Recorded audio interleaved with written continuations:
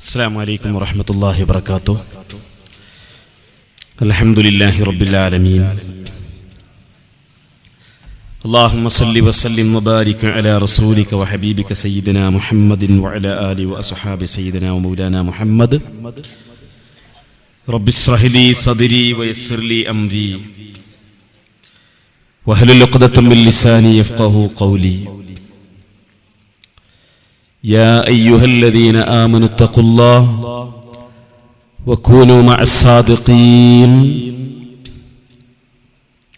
وقال نبينا محمد صلى الله عليه وسلم يد الله على الجماعة. വേദിയിലെ ബഹുമാന്യരായ അധ്യക്ഷനവറുകളെ, ഈ യോഗം ഉദ്ഘാടനം ചെയ്ത ബഹുമാന്യരായ CA അബ്ദുള്ള മൗലവി ഉസ്താദ് അവറുകളെ, ഇവിടെ പ്രൗഢമായ ആധികാരികമായ പ്രഭാഷണം നിർവഹിച്ച സമസ്ത കേരള സുന്നി സ്റ്റുഡൻസ് ഫെഡറേഷൻ സംസ്ഥാന ജനറൽ സെക്രട്ടറി സത്താർ സാഹിബ് പന്തല്ലൂർ അവറുകളെ, ഷബീബ് ബാക്കി ഉൾപ്പെടെ മറ്റു വേദിയിലെ പണ്ഡിത മഹത്തുക്കളെ, ഉമറാക്കളെ, ഈ സദസ്സിൽ ഒരുമിച്ച് കൂടിയ സഹോദരങ്ങളെ, സുഹൃത്തുക്കളെ, അല്ലാഹു സുബ്ഹാനഹു വ തആല നമ്മുടെ ഈ സംഗമം സാലിഹായ ഒരു സൽക്കർമ്മമായി സ്വീകരിക്കുമാറാവട്ടെ. മഹാന്മാരായ ഉലമാക്കൾ നേതൃത്വം വഹിക്കുന്ന സമസ്ത കേരള ജംഇയ്യത്തുൽ ഉലമ, അല്ലാഹു തആല അതിന്റെ പ്രവർത്തനം ഖിയാമത്ത് നാൾ വരെ നിലനിർത്തുമാറാവട്ടെ. അതിന്റെ മഹാന്മാരായ നേതാക്കന്മാർക്ക് അല്ലാഹു ദീർഘായുസ്സും ആഫിയത്തും പ്രദാനം ചെയ്യുമാറാവട്ടെ. മരിച്ചുപോയ മഹാന്മാരായ കണ്ണിയത്ത് ഉസ്താദ്, ശംസുൽ ഉലമായി ചെറുശ്ശേരി ഉസ്താദ്, കോയക്കുട്ടി ഉസ്താദ്, കുമരമ്പത്തൂർ ഉസ്താദ്, ഏറ്റവും ഒടുവിൽ ശൈഖുന ബാപ്പു മുസ്ലിയാർ ഉസ്താദ് അവറുകൾ ഉൾപ്പെടെയുള്ള സമസ്തയുടെ എല്ലാ പോയകാല സാരഥികൾക്കും അല്ലാഹു ഉന്നതമായ ദറജ പ്രദാനം ചെയ്യുമാറാവട്ടെ.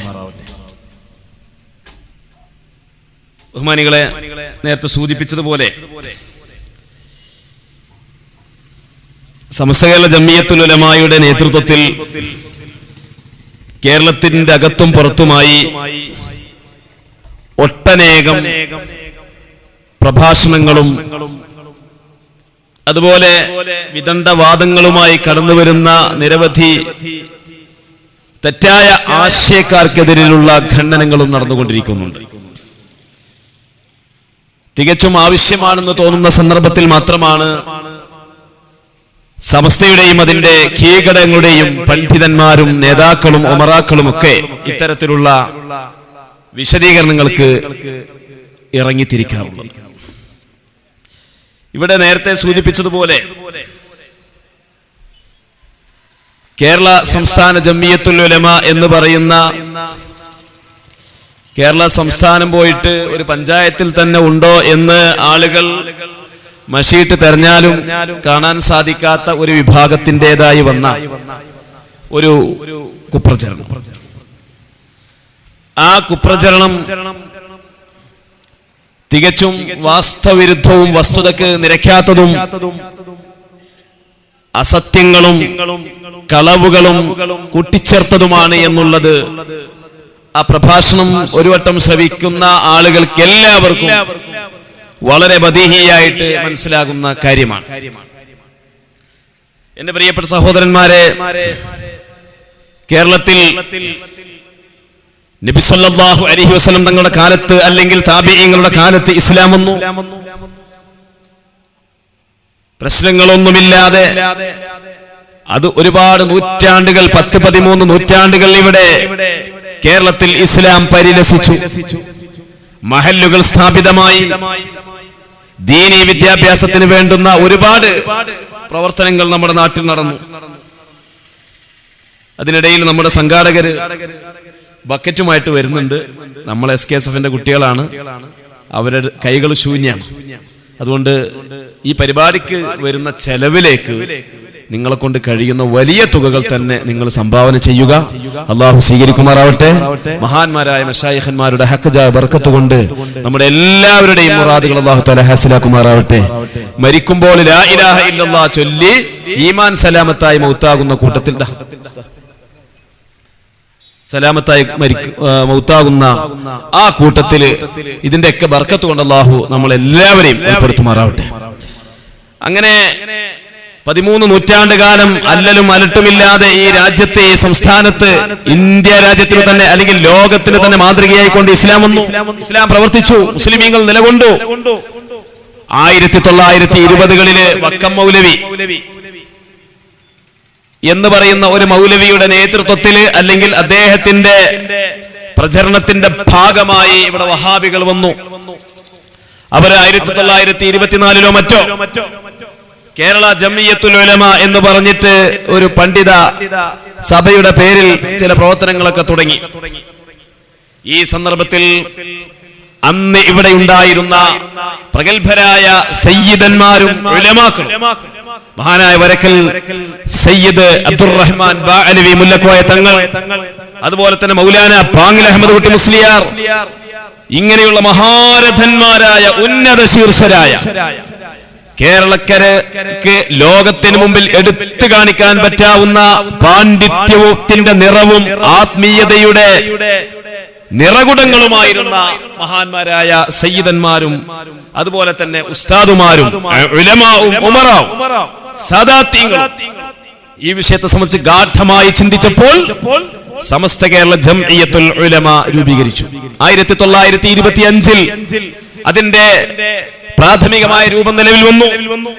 1926 അത് വിപുലമായി രൂപീകരിക്കപ്പെടുകയും സമസ്ത കേരള ജംഇയ്യത്തുൽ ഉലമ ഈ ഉമ്മത്തിന്റെ ഈമാനിന്റെ സംരക്ഷണത്തിന് വേണ്ടി, ആചാരങ്ങളുടെ സംരക്ഷണത്തിന് വേണ്ടി, ഇസ്ലാം ദീനിന്റെ സംരക്ഷണത്തിന് വേണ്ടി അല്ലാഹു തആല ചുമതലയേൽപ്പിച്ച ആ ചുമതലയുടെ നിർവഹണത്തിന് വേണ്ടി അല്ലാഹുവിന്റെ റസൂൽ പഠിപ്പിച്ച ഇദാ ലഹറൽ ബിദ്ഉ വസകത്തൽ ആലിമു ഫഅലൈഹി ലഅനത്തുല്ലാഹ്, ബിദ്അത്തുകൾ ഇവിടെ പ്രത്യക്ഷപ്പെട്ടു. അങ്ങിങ്ങ് മൂലക്ക് കടക്കാതെ അതിങ്ങോട്ട് ലാഹിറായി വന്നു പ്രത്യക്ഷപ്പെട്ടു. ആ സമയത്ത് വസകത്തൽ ആലിം മൗനം പുലർത്തിയാൽ ഫഅലൈഹി ലഅനത്തുല്ലാഹ്, ആ ആലിമിന്റെ മേൽ അല്ലാഹുവിന്റെ ലഅനത്ത് ഉണ്ടാകുന്നതാണെന്ന് ശഫീഉനാ മുഹമ്മദുർ റസൂലുള്ളാഹി സ്വല്ലല്ലാഹു അലൈഹി വസല്ലം പഠിപ്പിച്ച ആ ഹദീസിന്റെ താൽപര്യത്തിന്റെ വെളിച്ചത്തിലാണ് സമസ്ത കേരള ജംഇയ്യത്തുൽ ഉലമ ഇവിടെ രൂപീകരിച്ചു. സാത്വികരായ ഒരുപാട് മഹാന്മാർ, മഹാനായ റഈസുൽ മുഹഖഖീൻ കണ്ണിയത്ത് ഉസ്താദൊക്കെ അതിന്റെ സ്ഥാപക കാലത്തിലുള്ള മെമ്പർമാരാണ്. കണ്ണിയത്ത് ഉസ്താദിന്റെ ചരിത്രം, അവിടുത്തെ സൂക്ഷ്മത, അവിടുത്തെ വറഅ്, അവിടുത്തെ തഖ്വ, അവിടുത്തെ അറിവിന്റെ ആഴം, ഇതൊന്നും ഇവിടെ ഇനി വിശദീകരിക്കേണ്ട ആവശ്യമില്ലാത്ത വിധം ഏത് സാധാരണക്കാർക്ക് പോലും അറിയാവുന്ന അത്രയും പ്രചാരപ്പെട്ട മുതവാത്തിറായ വിഷയങ്ങളാണ്.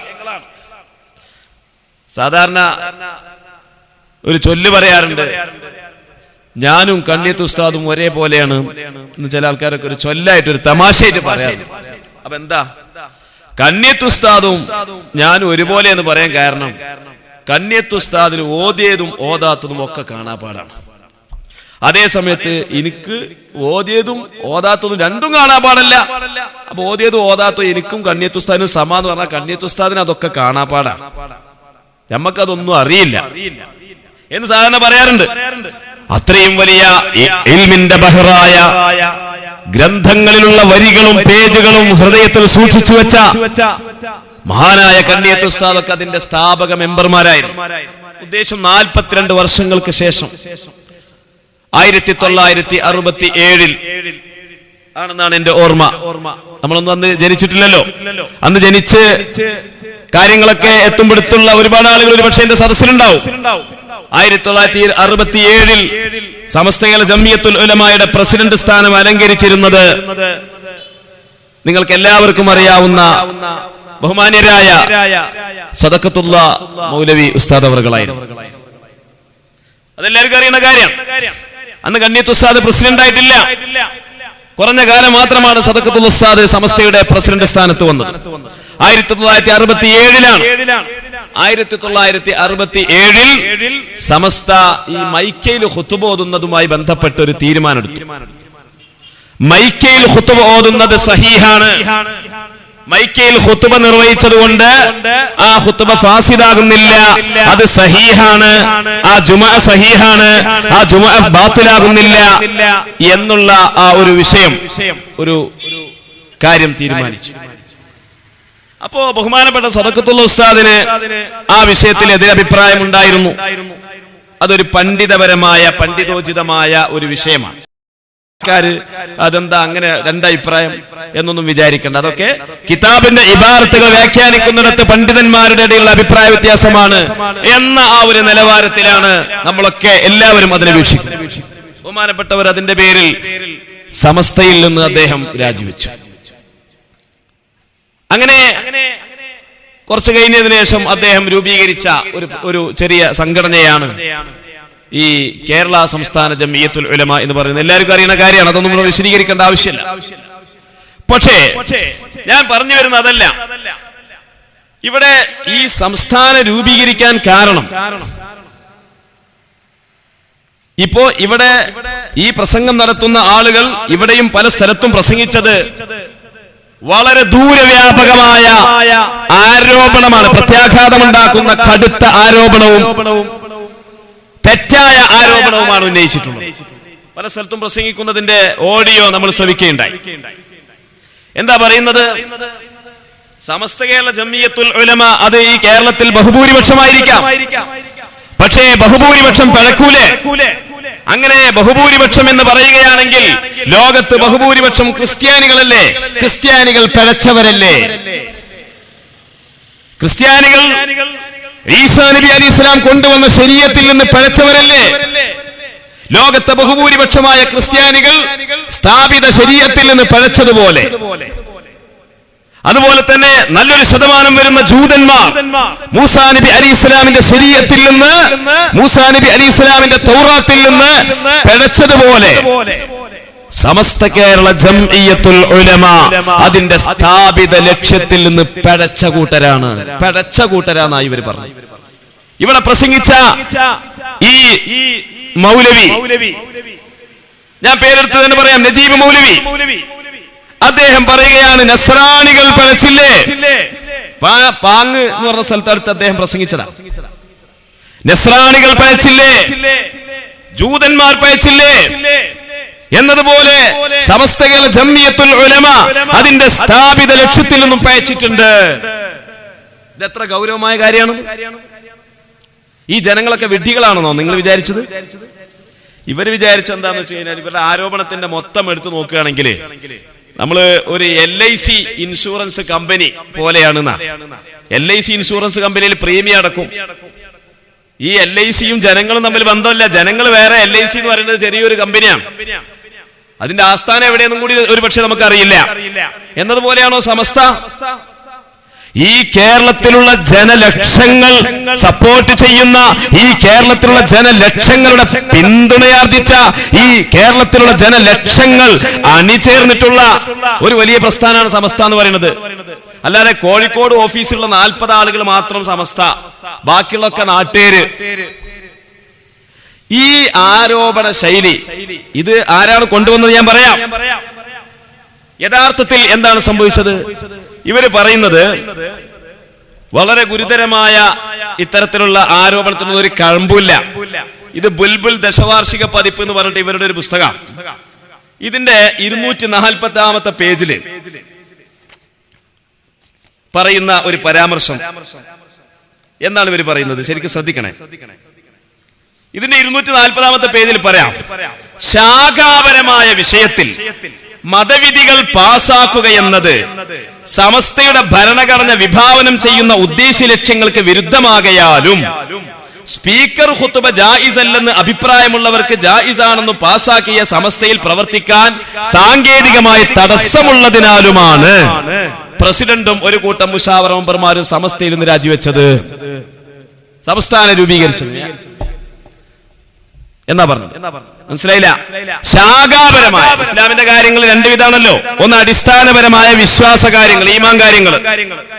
രണ്ട് ശാഖാപരമായ ഇസ്ലാം കാര്യങ്ങൾ, അങ്ങനെ രണ്ട് തരമാണല്ലോ. ശാഖാപരമായ വിഷയത്തില് സമസ്ത തീരുമാനം എടുക്കാൻ പറ്റൂലത്ര. അതുകൊണ്ടാണ് ഞങ്ങൾ രാജിവെച്ചു പോകുന്നത്. ഇതിപ്പോ അടുത്ത് വരെ എഴുതണ ഇയാൾ എഴുതിയതാണ്, ഇവിടെ പ്രസംഗിച്ചു പോയ ആൾ എഴുതിയതാണ്. ശാഖാപരമായ വിഷയത്തിൽ തീരുമാനം എടുത്തു. അത് സമസ്തയുടെ 42 കൊല്ലത്തെ ചരിത്രത്തിൽ ഉണ്ടായിട്ടില്ല. അത് 1967 മഹാനായ റഈസുൽ മുഹദ്ദിഖീൻ കണ്ണിയത്ത് ഉസ്താദിന്റെ അധ്യക്ഷതയിൽ ചേർന്ന മുശാവറയിൽ, മഹാനായ ശംസുൽ ഉലമായി ഇ.കെ. ഉസ്താദിന്റെ നേതൃത്വത്തിൽ നടന്ന മുശാവറയിൽ തീരുമാനമെടുത്തത് സമസ്ത സ്ഥാപിത ലക്ഷ്യത്തിൽ നിന്ന് പിഴച്ചുപോയത് കൊണ്ടാണ്. പച്ചക്കളവല്ലേ പറഞ്ഞത്? അതിന്റെ എത്രയോ പതിറ്റാണ്ടുകൾക്ക് മുമ്പ് സമസ്ത കേരള ജംഇയ്യത്തുൽ ഉലമ അതിന്റെ മീൻചന്ത സമ്മേളനത്തിനോടനുബന്ധിച്ച് ഒരു തീരുമാനം എടുത്തിട്ടില്ലേ? ജുമുഅ ഖുതുബ മറ്റു ഭാഷയിൽ പരിഭാഷപ്പെടുത്തുന്നത് ബിദ്അത്ത് മുൻകറത്താണ്, അനാചാരമാണ് എന്ന് തീരുമാനം എടുത്തിട്ടില്ലേ? അത് ശാഖാപരല്ലേ? സ്ത്രീധനത്തെ പറ്റി വന്നപ്പോൾ സ്ത്രീധനം പൊതുവെ ഹറാമല്ല എന്ന് സമസ്ത തീരുമാനിച്ചില്ലേ? പൊതുവെ ഹറാമല്ല. ആ വാക്കൊക്കെ വളരെ ശ്രദ്ധിക്കണം കേട്ടോ. ഞാൻ ആ വിഷയത്തിന്റെ വിശദീകരണത്തിലേക്കല്ല പോകുന്നു. സമസ്ത തീരുമാനിച്ചില്ലേ? അത് ശാഖാപരമല്ലേ? അതാരാ തീരുമാനിച്ചത്? സമസ്തയുടെ 42 കൊല്ലത്തെ അതിന്റെ ചരിത്രത്തിൽ 1925 മുതൽ 1967 വരേക്കുള്ള 42 കൊല്ലത്തെ ചരിത്രത്തില് ശാഖാപരമായ തീരുമാനമെടുക്കുന്ന ഇസ്ലാമികമായ അല്ലെങ്കിൽ കർമ്മശാസ്ത്രപരമായ തീരുമാനമെടുക്കുന്ന സ്വഭാവം സമസ്തക്കില്ല. അത് സ്ഥാപിത ലക്ഷ്യത്തിൽ നിന്ന് വ്യതിചലിക്കലാണ് എന്ന് പറഞ്ഞുകൊണ്ട് ദുഷ്പ്രചരണം നടത്തുകയാണ് ഇപ്പൊ ഇവർ ചെയ്യുന്നത്. ഞാൻ ഒന്നുകൂടി പറയട്ടെ, നിങ്ങൾ നോക്കൂ, ഇത് സദഖത്തുള്ള ഉസ്താദിന്റെ ഫതാവയാണ്. മൈക്കയുടെ വിഷയത്തിൽ തന്നെ ഇവര് പറയണ എന്താ വെച്ചാൽ, നമ്മളെ കേരളത്തില് ഇന്ന് 99% എന്ന് വേണമെങ്കിൽ പറയാൻ, കൃത്യമായ കണക്ക് പറയില്ല കേട്ടോ. ഈ 99% ഇവിടുന്ന് കിട്ടിയെന്ന് ചോദിക്കണ്ട, അത് ഏകദേശം പറഞ്ഞതാ. 99% പള്ളികളിലും ജുമാ ഖുതുബ മൈക്കയിലാണ് ഓതുന്നത്. ഇവിടെയും ജുമാ ഖുതുബ മൈക്കയിൽ തന്നെയല്ലേ ആയിരിക്കും. ഈ മൈക്കയിൽ ഓതുന്ന, മൈക്ക് എന്ന ഖത്തീബിന്റെ മുമ്പാകെ മൈക്ക വെക്കുന്നു, അതാണ്. അല്ലാതെ സ്പീക്കർ ഖുതുബ, സ്പീക്കർ ആരാധന എന്നൊന്നും അതിനെപ്പറ്റി പറയാൻ പറ്റില്ല. അതൊക്കെ ഇവരുണ്ടാക്കുന്ന വാക്കുകളാണ്. അങ്ങനെ ഇങ്ങനെയുള്ള ഖുതുബ ഓതുന്ന ആ മഹല്ലുകാരുടെ ജുമുഅ മുഴുവൻ ബാത്തിലാണ്, ഫാസിദാണ് എന്നാണ് ഇവരുടെ വാദം. അങ്ങനെയാണെങ്കിൽ ഈ നാട്ടുകാരൊക്കെ ഇപ്പൊ എന്താ അവസ്ഥ? ഷാഫി മദ്ഹബ് അനുസരിച്ച് അമൽ ചെയ്യുന്നവരെന്ന് വിശ്വസിക്കുന്ന ഈ നാട്ടുകാർ, ഈ കേരളക്കാർ, മറ്റ് ലോകത്തിന്റെ അനേക സ്ഥലത്തുള്ള ആളുകൾ, അവരൊന്ന് ജുമാ നിസ്കരിക്കാത്തവരാണെന്ന ഇവരുടെ വാദം. ഇപ്പൊ ഇന്നലെ തന്നെ അവരുടെ കൂട്ടത്തിൽപ്പെട്ട ഒരു സഹോദരൻ പറയാണ്, ഒരു പെണ്ണ് വന്നിട്ടാണ് ജുമാക്ക് ഖുതുബ ഓതുന്നതെങ്കിൽ അതേ വിധിയാണ് മൈക്ക് വെച്ചാലും. മിമ്പർമ കയറി ഖുതുബ ഓതുന്നത് ഒരു സ്ത്രീയാണെങ്കിൽ ആ ജുമാ ശരിയാവില്ലല്ലോ. മെഹ്റാബിൽ കയറിക്കൊണ്ട് ഇമാമത്ത് നിൽക്കുന്നത് ഒരു സ്ത്രീയാണെങ്കിൽ ആ ജുമാ ശരിയാവില്ലല്ലോ. അതേമാതിരി തന്നെയാണ് മൈക്കയിലൂടെ ഖുതുബ ഓതിയാല് അത് ശരിയല്ല, അത് സഹിയല്ല, ഹറാമാണ്, വൻദോഷമാണ്. ഇവിടെ കഴിഞ്ഞ വെള്ളിയാഴ്ച ജുമാ നിസ്കരിച്ച ആളുകളില്ലേ? നിങ്ങളൊക്കെ നിസ്കരിച്ചിട്ടില്ലേ? ഞാൻ നിസ്കരിച്ചിട്ടുണ്ട്, ഇവര് നിസ്കരിച്ചിട്ടുണ്ട്. ഇവരുടെ കാഴ്ചപ്പാട് പ്രകാരം നമ്മളൊന്നും നിസ്കരിച്ചിട്ടില്ല. സഹീഹായ നിസ്കാരം നിസ്കരിച്ചത് അതൊക്കെ ഹറാമാണ്, കള്ളുടിച്ചത് മാതിരിയാണ്. ഈ വിശ്വാസക്കാരാണ് ഇവിടെ വന്നിട്ട് സമസ്തയുടെ MSRും കാര്യങ്ങളും പറയാൻ നിൽക്കുന്നത്. ആദ്യം ഇത് തീരുമാനമുണ്ട്, ഇത് പറയണ്ടേ? ജനങ്ങളോട് ഇതല്ലേ പറയേണ്ടത്? ജനങ്ങളെ, നമ്മുടെ MSRന്റെ പ്രശ്നം, നമുക്ക് ക്ഷേമനിധിയല്ല പ്രശ്നം, നമുക്ക് മദ്രസയല്ല പ്രശ്നം, നമുക്ക് ജോലിയല്ല പ്രശ്നം, നമുക്ക് ആഴ്ചയിലൊരിക്കലുള്ള ഇദാനൂദിയ ലിസ്സലാത്തി മിൻ യൗമിൽ ജുമുഅത്തി ഫസ്ഔ ഇലാ ദിക്രില്ലാഹ്. അതുകൊണ്ട് തന്നെ അല്ലാഹുവിന്റെ ദിക്റിലേക്ക്, അല്ലാഹുവിന്റെ ജുമുഅയിലേക്ക്, അല്ലാഹുവിന്റെ ജുമുഅയുടെ ഖുതുബയിലേക്ക് നിങ്ങൾ വരണമെന്ന് പറയുന്ന ആ മഹത്തായ ജുമുഅ, ആ ജുമുഅ ഇവിടെ നടക്കുന്നില്ല. തിരുവാലിയിൽ നടക്കുന്നില്ല, പത്തിരിയാലിൽ നടക്കുന്നില്ല, ഒരുപാട് സ്ഥലത്ത് നടക്കുന്നില്ല. ഇതൊക്കെ ഫാസിദാണ്, ഹറാമാണ്. ഇതല്ലേ പറയേണ്ടത്? യഥാർത്ഥത്തിൽ ഖുതുബ മൈക്കയിൽ നിർവഹിച്ചാൽ ആ ശബ്ദം ഈ നിർവഹിച്ച ഈ ഖതീബിന്റെ ശബ്ദം തന്നെയാണ് എന്ന് പറയുന്ന പണ്ഡിതന്മാരുണ്ട്. ഇനി അല്ല എന്ന് വെച്ചാൽ തന്നെ, ഞാൻ അതിന്റെ മസലയിൽ വിശദീകരണത്തിലേക്ക് പോകുന്നില്ല. അല്ല എന്ന് വന്നാൽ തന്നെ ഷാഫിഈ മദ്ഹബിലെ ബലപ്പെട്ട അഭിപ്രായ പ്രകാരം അത് സഹീഹ് തന്നെയാണ്. അല്ല എന്ന് തെളിയിക്കാൻ സംസ്ഥാനയിൽ ആണത്തമുള്ള ഒരാളും ഇന്നില്ല, ഇനി ഉണ്ടാകൂല. ഞാൻ ആ വിഷയത്തിലേക്ക് പോകില്ല. പക്ഷെ ഞാൻ പറഞ്ഞു വരുന്നത് എന്താ അറിയോ, ഈ 1967 ഇങ്ങനെ ഫസാദ് ഉണ്ടായി എന്നാ പറയുന്നത്. സ്ഥാപിത നക്ഷത്ര സമസ്ത പേച്ചുപോയി, ജൂതന്മാര് പേച്ചിലേ, നസ്രാണികൾ പേച്ചിലേ എന്നൊക്കെയാണ് ഇദ്ദേഹം പടപ്പറമ്പ് ആ ഭാഗത്ത് നിന്ന് പ്രസംഗിച്ചത്. ജൂതന്മാരോടും നസ്രാണികളോടുമാണ് ഈ കേരളത്തിലുള്ള ബഹുഭൂരിപക്ഷ മുസ്ലിമീങ്ങളെ സാദൃശ്യപ്പെടുത്തിക്കൊണ്ട് സംസാരിച്ചത്. ഇത് കേൾക്കുമ്പോ വേദന തോന്നൂലേ? നിങ്ങൾ നോക്കൂ സഹോദരന്മാർ, ഇത് സദഖത്തുൽ ഉസ്താദിന്റെ സമ്പൂർണ്ണ ഫത്താവയാണ്. ഇതില് സ്പീക്കറിലെ ഖുതുബനെ സംബന്ധിച്ച് ഇദ്ദേഹം ഒരു ഫത്വ പറയുന്നുണ്ട് 92ാമത്തെ പേജില്. ഇത് ശരിക്കും ശ്രദ്ധിക്കണേ. ഇവരുടെ കുപ്രചരണത്തിന്റെ വില എത്രത്തോളം ഉണ്ട് എന്ന് മനസ്സിലാക്കാം. കണ്ടോ, സ്പീക്കറിൽ കൂടി ഖുതുബ നിർവഹിച്ചാൽ അത് സഹീഹാവണമെങ്കിൽ, അദ്ദേഹം 92ാമത്തെ പേജല്ല,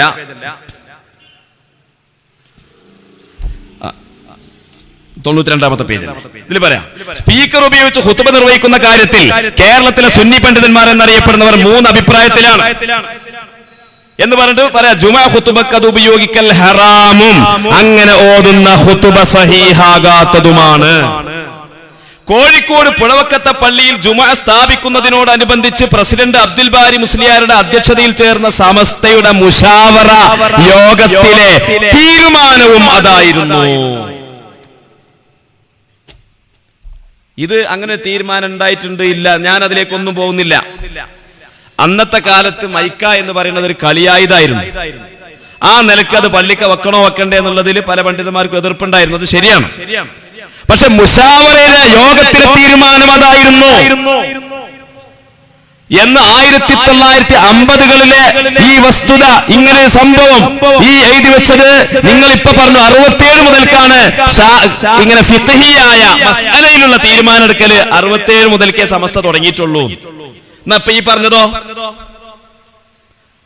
അപ്പൊ നിങ്ങൾ ഈ എഴുതിയത് പച്ചനുണയല്ലേ?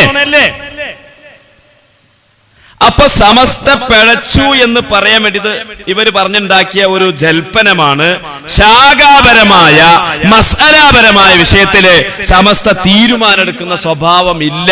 അത് ഉണ്ടാക്കിയതുകൊണ്ടാണ് ഞങ്ങൾ രാജിവെച്ച് പോകുന്നത്, അതുകൊണ്ടാണ് ഞങ്ങൾ പുതിയ സംഘടന ഉണ്ടാക്കിയത്. എത്രമാത്രം അർത്ഥശൂന്യമായ, എത്രമാത്രം അപ്രസക്തമായ ഒരു വാദമാണിത്. അങ്ങനെ അവിടെ മുതൽക്കാണ് ഇവര് തുടങ്ങിയത്. ബഹുമാനപ്പെട്ട സദഖത്തുൽ ഉസ്താദ്, നമ്മളെ ബഹുമാനപ്പെട്ടവരെ എതിർക്കല്ലോ, അതൊക്കെ നമ്മൾ ഉസ്താദുമാരുടെ കൂട്ടത്തിൽപ്പെട്ട ആളുകളാണ് അവരൊക്കെ. അള്ളാഹു അവർക്കൊക്കെ അള്ളാഹു തആല ഉയർന്നതായ ദറജ അള്ളാഹു തആല സുഖലോക സ്വർഗ്ഗത്തെ പ്രദാനം ചെയ്യുമാറാവട്ടെ. അതുപോലെ തന്നെ ഇന്ന് നമ്മളോട് വിട പറഞ്ഞ 2 മഹാന്മാരായ ആളുകൾ, ഒന്ന് ബഹുമാനപ്പെട്ട ഇന്ത്യൻ യൂണിയൻ മുസ്ലിം ലീഗിന്റെ അഖിലേന്ത്യാ അധ്യക്ഷൻ ഇ അഹമ്മദ് സാഹിബ്, പാർലമെന്റിലും അതുപോലെ ഐക്യരാഷ്ട്രസഭയിലും അറബ് നാടുകളിലും നമ്മുടെ രാജ്യത്തും എല്ലാ വേദികളിലും ഈ സമുദായത്തിന്റെ ശബ്ദം എത്തിക്കാൻ വേണ്ടി അദ്ദേഹം പ്രയത്നിച്ചു. അദ്ദേഹം നമ്മളോട് വിട പറഞ്ഞിരിക്കുകയാണ്. അദ്ദേഹത്തിന് അല്ലാഹു മഗ്ഫിറത്തും റഹ്മത്തും പ്രദാനം ചെയ്യുമാറാവട്ടെ. അതുപോലെ തന്നെ ബഹുമാന്യരായ സയ്യിദ് മുഹമ്മദ് കോയ അൽ ജലാലി, സയ്യിദ് മുഹമ്മദ് കോയ തങ്ങൾ അൽ ജലാലി അൽ ബുഖാരി രാമന്തളി തങ്ങൾ, ഇന്ന് ഉച്ചക്ക് അദ്ദേഹം നമ്മളോട് വിട പറഞ്ഞിരിക്കുകയാണ്. അദ്ദേഹത്തെ ഇന്ന് വൈകുന്നേരം മറമാടി എന്നാണ് മനസ്സിലാക്കാൻ സാധിച്ചത്. അദ്ദേഹം വലിയ പണ്ഡിതനാണ്, വലിയ കിതാബിൽ തഹഖീഖും ആഴവുമുള്ള പണ്ഡിതനാണ്. അദ്ദേഹത്തെ നേരിട്ട് കാണാനോ അല്ലെങ്കിൽ സംസാരിക്കാനോ അദ്ദേഹത്തെ പരിചയപ്പെടാനോ സാധിച്ചിട്ടില്ല എങ്കിലും അദ്ദേഹത്തെ നേരിൽ അറിയുന്ന ആളുകളിൽ നിന്ന് ആ കാര്യങ്ങൾ കേൾക്കാൻ സാധിച്ചിട്ടുണ്ട്. അള്ളാഹു അവർക്കൊക്കെ വലിയ ദറജ പ്രദാനം ചെയ്യുമാറാവട്ടെ എന്ന് ദുആ ചെയ്യുക.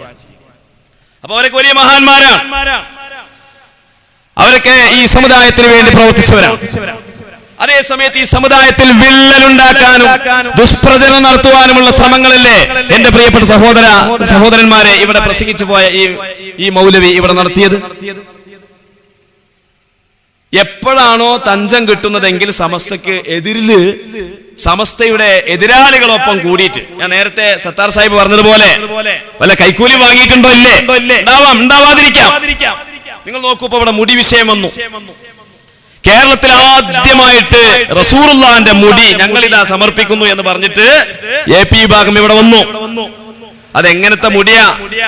ഖസ്റജിയിൽ എന്ന് പറഞ്ഞ UAE പൗരനിൽ നിന്നാണ് ആ മുടി കിട്ടിയത് എന്ന് പറഞ്ഞു. ആ മുടിയാണെങ്കിലോ വല്ല പനങ്കൊരന്റെ മാരിക്കത്തെ പോലെ അല്ലേ? നിങ്ങൾ കണ്ടില്ലേ, യൂട്യൂബിലൊക്കെ കാണാം. റസൂലുള്ളാഹിന്റെ മുടി എന്ന് പറഞ്ഞിട്ട് വലിയ പനങ്കൊരന്റെ മാരിക്കത്തെ മുടിയാ. ആ മുടികൾ നീട്ടിയിട്ടുണ്ടെങ്കിൽ ചന്തിന്റെ അവിടെ എത്തും. അപ്പൊ ഇത്രയധികം നീളമുള്ള, ഇത്രയധികം ആയിരക്കണക്കിന് കെട്ടുമുടികൾ ഒരാളടുത്ത് ഉണ്ടാവണമെന്നുണ്ടെങ്കിൽ അത് പെട്ടെന്നാണ് പൊട്ടിമുളക്കുക ചെയ്യാ. ഇതൊരു വലിയ സംഭവല്ലേ? ഇത് ജനങ്ങൾ അറിയില്ലേ? ഇത് ലോകം അറിയില്ലേ?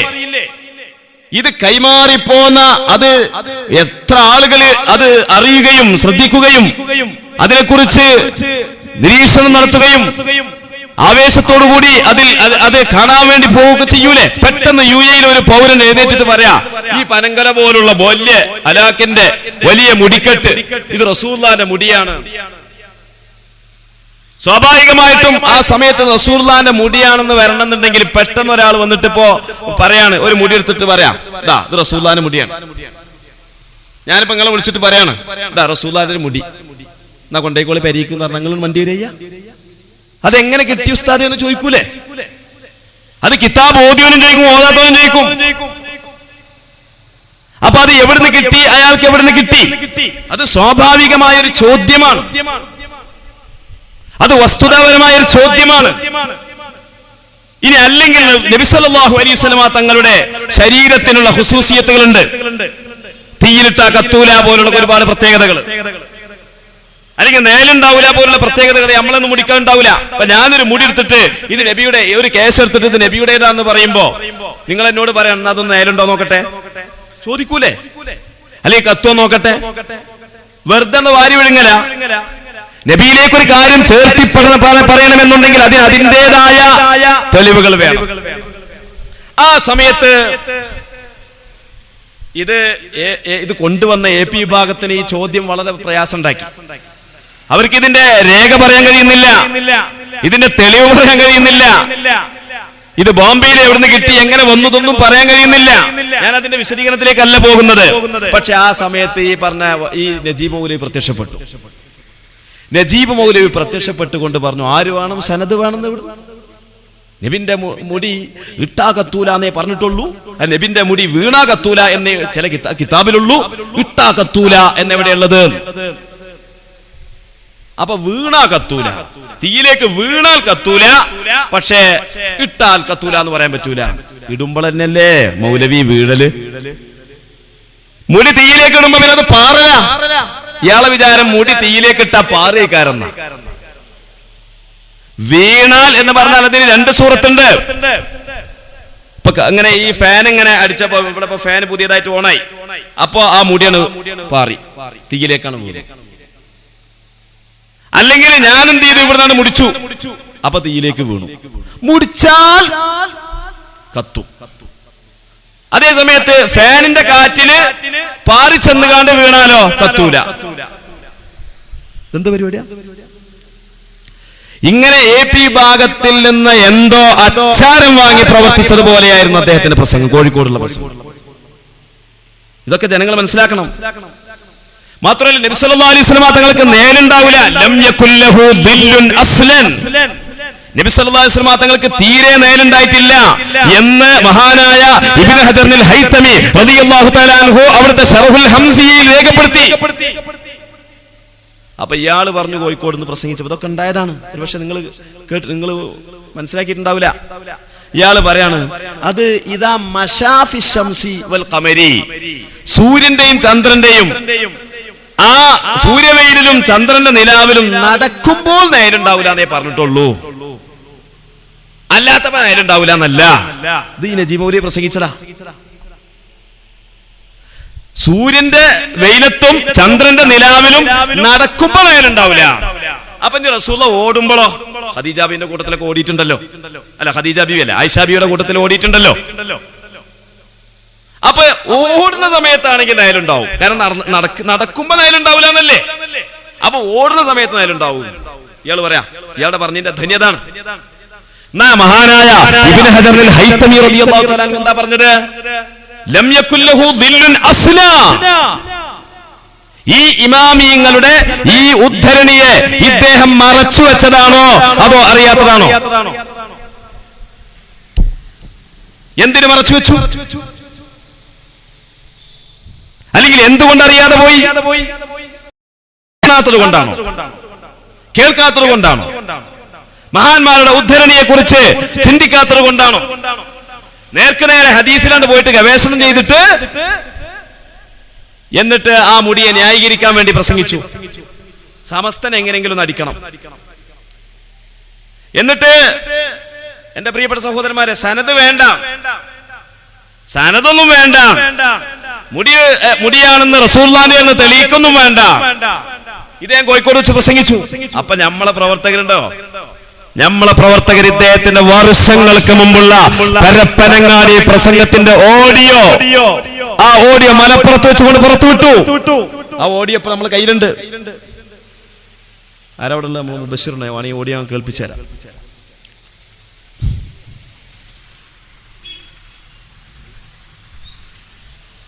ഓഡിയോ, ആ ഓഡിയോയിൽ അദ്ദേഹം വ്യക്തമായി പറയുന്നുണ്ട്, ഇന്ത്യ രാജ്യത്ത് ഒരുപാട് സ്ഥലത്ത് ഹസ്രത്ത് ബാൽ പള്ളിയിൽ, അതുപോലെ തന്നെ വേലൂർ ലത്തീഫിയ മദ്രസയിൽ, പ്രസിദ്ധമായ ഡൽഹി ജുമാ മസ്ജിദിലൊക്കെ റസൂലുള്ളാഹി സ്വല്ലല്ലാഹു അലൈഹി വസല്ലം തങ്ങളുടെ മുടി സൂക്ഷിച്ചു വെച്ചിട്ടുണ്ട്. ആ മുടികൾക്കൊക്കെ വ്യക്തമായ സനദുകളുണ്ട്. സനദില്ലാത്ത മുടികളെ വിശ്വാസികളും വിവരമുള്ളവരും അംഗീകരിക്കുകയില്ല, അതിനവര് പരിഗണിക്കുകയില്ല എന്ന് പരപ്പനങ്ങാടിയിൽ വെച്ചുകൊണ്ട് നിങ്ങളല്ലേ പ്രസംഗിച്ചത്? സനദില്ലാതെ, രേഖയില്ലാതെ, അല്ലെങ്കിൽ റസൂലുള്ളാഹിന്റേതാണെന്ന് തെളിവില്ലാത്ത ആരെങ്കിലും എന്തെങ്കിലും ഒന്ന് കൊണ്ടുവരുമ്പോഴത്തിന് വിവരമുള്ളവരും വിശ്വാസമുള്ളവരും അത് അംഗീകരിക്കില്ല എന്ന് നിങ്ങളല്ലേ പരപ്പനങ്ങാടിയിൽ വർഷങ്ങൾക്ക് മുമ്പ് പ്രസംഗിച്ചത്? ഇപ്പൊ നിങ്ങൾ എന്താ പറയണത്? അതൊന്നും വേണ്ട. അതിലാണ് കുടുങ്ങിയതാ.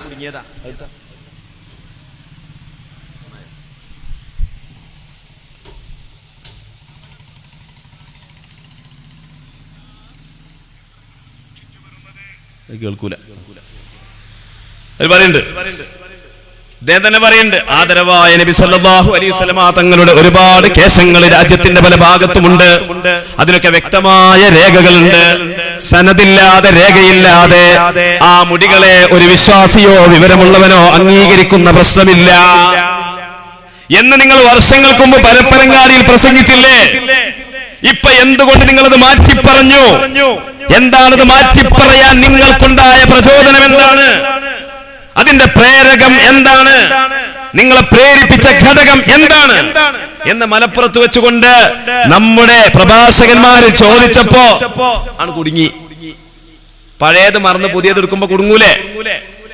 പിന്നെ മാത്രമല്ല, ഈ ഹസ്റജിന്റെ അടുത്തുള്ള മുടി ഞാൻ നേരത്തെ പറഞ്ഞ മാതിരി വലിയ പനങ്കൊലന്റെ മാതിരിക്കത്ത വലിയ നീളമുള്ള ചന്തി വരെ മുട്ടുന്ന മുടിയാ.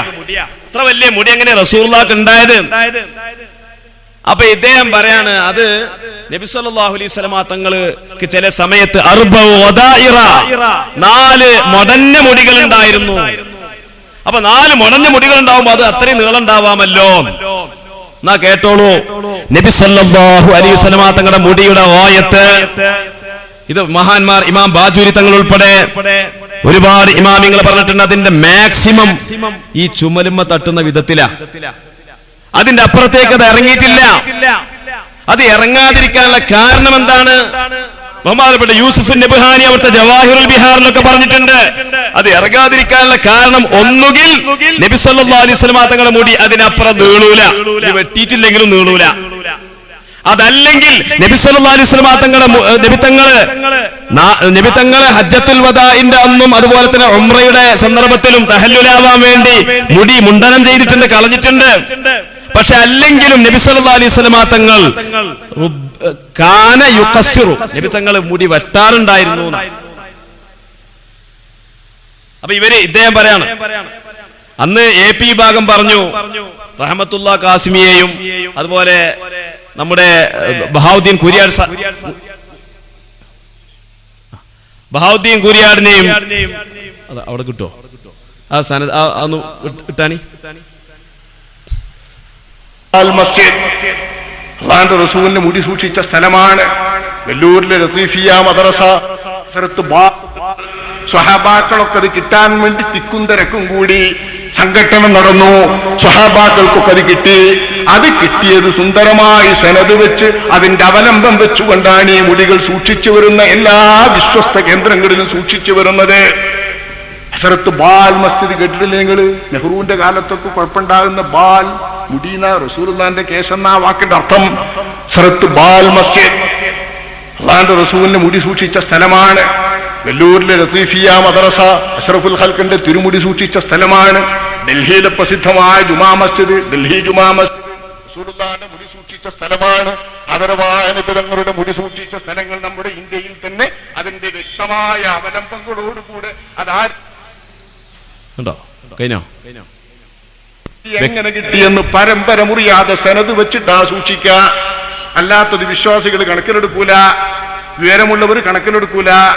അള്ളാന്റെ റസൂലിന്റെ തിരുശേഷിപ്പുകൾ എന്ത് ശേഷിപ്പുകളുണ്ടെങ്കിലും ആ തിരുശേഷിപ്പുകൾ എവിടെ നിന്ന് കിട്ടി, ആരിലൂടെ കിട്ടി, എങ്ങനെ കൈവന്നു, ഇവിടെ എവിടെ വരെ എത്തി, എവിടുന്ന് കിട്ടി, ആരിലൂടെ കിട്ടി, എങ്ങനെ ഇവിടെ എത്തി എന്ന് വ്യക്തമായ രേഖയില്ലാതെ വിവരമുള്ളവർ അംഗീകരിക്കൂല, വിശ്വാസികൾ അംഗീകരിക്കൂല, വിവരമുള്ളവർ കണക്കിലെടുക്കൂല, വിശ്വാസികൾ കണക്കിലെടുക്കൂല എന്ന് നിങ്ങൾ തന്നെയല്ലേ പരപ്പനങ്ങാടിയിൽ പ്രസംഗിച്ചത്. പിന്നെ കാന്തപുരം കൊടുന്ന മുടിയെപ്പറ്റി നിങ്ങൾ ന്യായീകരിക്കാൻ വേണ്ടി പുതിയ ഒരു വാദവുമായിട്ട് കടന്നു വരികയല്ലേ എന്ന് മലപ്പുറത്ത് വെച്ചുകൊണ്ട് നമ്മൾ ചോദിച്ചപ്പോൾ അദ്ദേഹത്തിന് ഉത്തരം മുട്ടിയതാ. അന്നത്തെ ദേശീയാണ് ഇപ്പൊ തീർക്കുന്നത്. അന്ന് ഉത്തരം മുട്ടിയ ദേശീയപ്പ തീർക്കുന്നത് മാത്രമല്ല, ആ ചന്തിയോളം നീളം വരുന്ന ആ മുടിയെ ന്യായീകരിക്കാൻ വേണ്ടി പറഞ്ഞു. ഫതുഹുൽ ബാരിയുടെ ഇബാറത്ത് സന്ദർഭത്തിൽ നടത്തിയെടുത്തുകൊണ്ട് അദ്ദേഹം വായിച്ചു. എന്താ പറഞ്ഞറിയോ? നബി സല്ലല്ലാഹു അലൈഹി വസല്ലം നബി തങ്ങൾ ചിലപ്പോ മുടി മുടഞ്ഞു വെക്കാറുണ്ടായിരുന്നു എന്നൊരു ഹദീസ് ഉണ്ട്. ആ ഹദീസിനെ ദുർവ്യാഖ്യാനിച്ചുകൊണ്ട് പറഞ്ഞു, അപ്പോ ആ മുടി ഇത്രയും നീളുണ്ടാവാം. എന്നാൽ നബി സല്ലല്ലാഹു അലൈഹി വസല്ലം തങ്ങളുടെ മുടിയുടെ മാക്സിമം ചുമലിന്റെ താഴേക്ക് ഇറങ്ങിയിട്ടില്ല. ഇത് ഇമാമിമാരുടെ കിതാബുകൾ രേഖപ്പെടുത്തിയിട്ടുണ്ട്. മഹാനായ യൂസുഫുൽ നബ്ഹാനി അവിടുത്തെ ജവാഹിറുൽ ബിഹാറിൽ ഉദ്ധരിച്ചിട്ടുണ്ട്. അതിനപ്പുറം എന്തുകൊണ്ട് റസൂലുള്ളാഹിന്റെ മുടി നീണ്ടില്ല? ഒന്നുകിൽ റസൂലുള്ളാഹിന്റെ മുടി അവിടെ സ്റ്റക്കായി നിൽക്കുകയാണ്, അവിടുന്ന് അപ്പുറം നീളാറില്ല. അതല്ലെങ്കിൽ നബി സല്ലല്ലാഹു അലൈഹി വസല്ലം തങ്ങൾ അത് വെട്ടി ചെറുതാക്കുകയാണ് ചെയ്യാറുണ്ടായിരുന്നത്. ഇങ്ങനെ നബി സല്ലല്ലാഹു അലൈഹി വസല്ലം തങ്ങൾ വെട്ടി ചെറുതാക്കാറുണ്ടായിരുന്നു എന്ന് ഇമാം നവവി തങ്ങൾ രേഖപ്പെടുത്തിയിട്ടുണ്ട്. ഇങ്ങനെ വെട്ടി ചെറുതാക്കാറുണ്ടായിരുന്നു എന്ന് ഇമാം ഇബ്നു ഹജറുൽ ഹൈതമി റളിയല്ലാഹു അൻഹു രേഖപ്പെടുത്തിയിട്ടുണ്ട്. അതേ സമയത്ത് അന്ന് എ പി വിഭാഗം പറഞ്ഞൊരു വാദമുണ്ട്, അവരുടെ സിറാജിൽ എഴുതിയ ഒരു വാദമുണ്ട്. ഞാൻ ആ രേഖകളൊക്കെ എന്റെ കയ്യിലുണ്ട്. അവരെന്ന് പറഞ്ഞത് എന്താണ്? നാസർ ഫൈസി കൂടത്തായെയും അതുപോലെ റഹ്മത്തുള്ളാ കാസിമി മൂത്തേടത്തിനെയും ഉസ്താദ് ബഹാവുദ്ദീൻ കുരിയാട് ഉസ്താദിനെയും വേറൊരു ഉസ്താദ് ഉണ്ടല്ലോ, ഏതറിയില്ല, ഈ 4 ആൾക്കാരും കൂടി റൂമിൽ അടച്ചിട്ടു. എന്നിട്ട് 6 കൊല്ലം അവർക്ക് ഭക്ഷണം കൊടുത്തു. പക്ഷേ അവരുടെ കയ്യിൽ കത്രിക കൊടുത്തില്ല, ബ്ലേഡും കൊടുത്തില്ല. 6 കൊല്ലം അവരെ റൂമിൽ അടച്ചിട്ടാൽ അവരുടെ തലമുടി എത്ര നീണ്ടിട്ടുണ്ടാകും?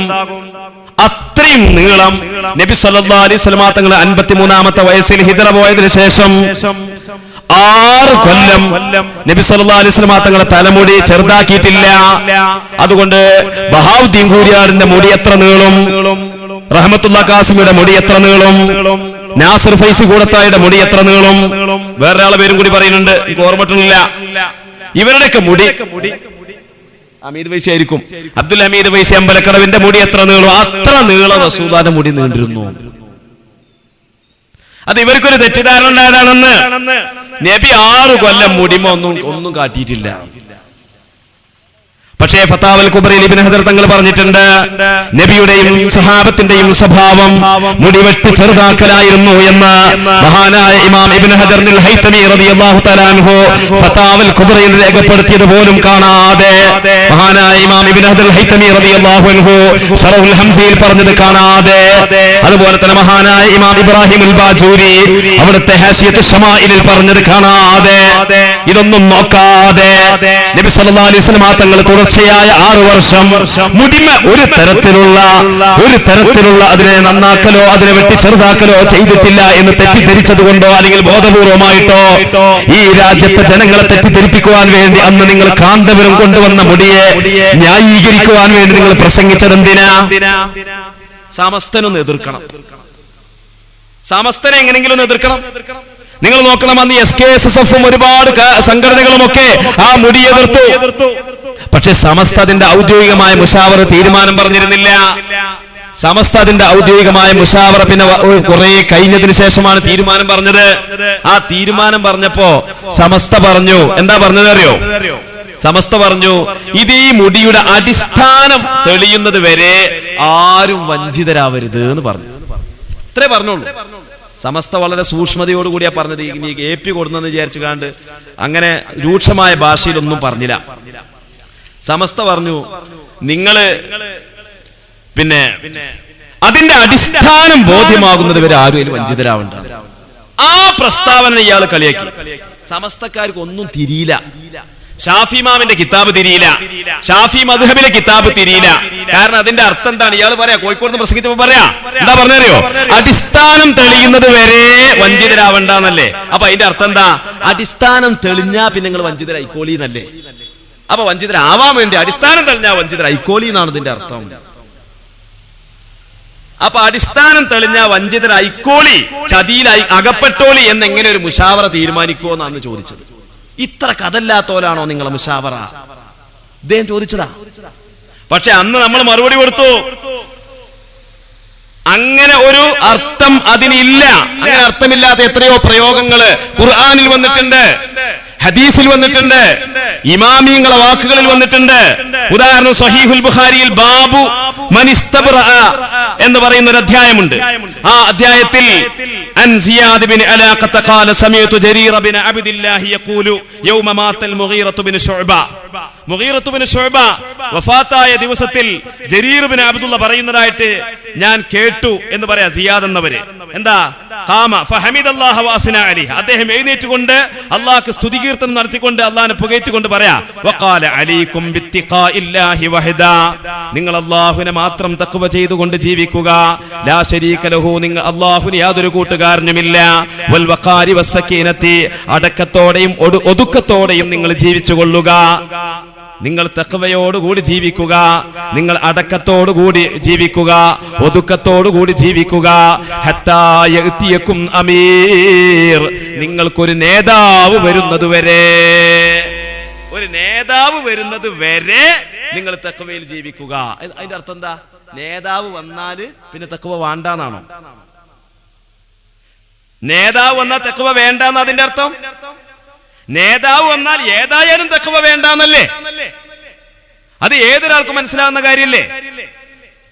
അപ്പൊ ഒരു വാചകത്തിന് എതിർഗ്രാഹ്യാർത്ഥം ഉണ്ടാവണമെന്നുണ്ടെങ്കിൽ അനുകൂല അർത്ഥം അവിടെ ഇല്ലാതിരിക്കണം എന്ന നിയമം പോലും അറിയാതെ കോഴിക്കോട് വെച്ചുകൊണ്ട് സമസ്തയുടെ മുശാവറയെ കളിയാക്കി. ഈ ഹദീസിനെ വിശദീകരിച്ചുകൊണ്ട് മഹാനായ ഹാഫിദ് ഇബ്നു ഹജർ അൽ-അസ്ഖലാനി റളിയല്ലാഹു അൻഹു ഫത്ഹുൽ ബാരിയുടെ 1-ാം വോളിയം 139-ാമത്തെ പേജിൽ പറയാ, വശർതു ഇഅ്തിബാരി മഫ്ഹൂമിൽ മുഖാലഫത്തി അല്ലാ യുആരിദഹു മഫ്ഹൂമുൽ മുവാഫഖ.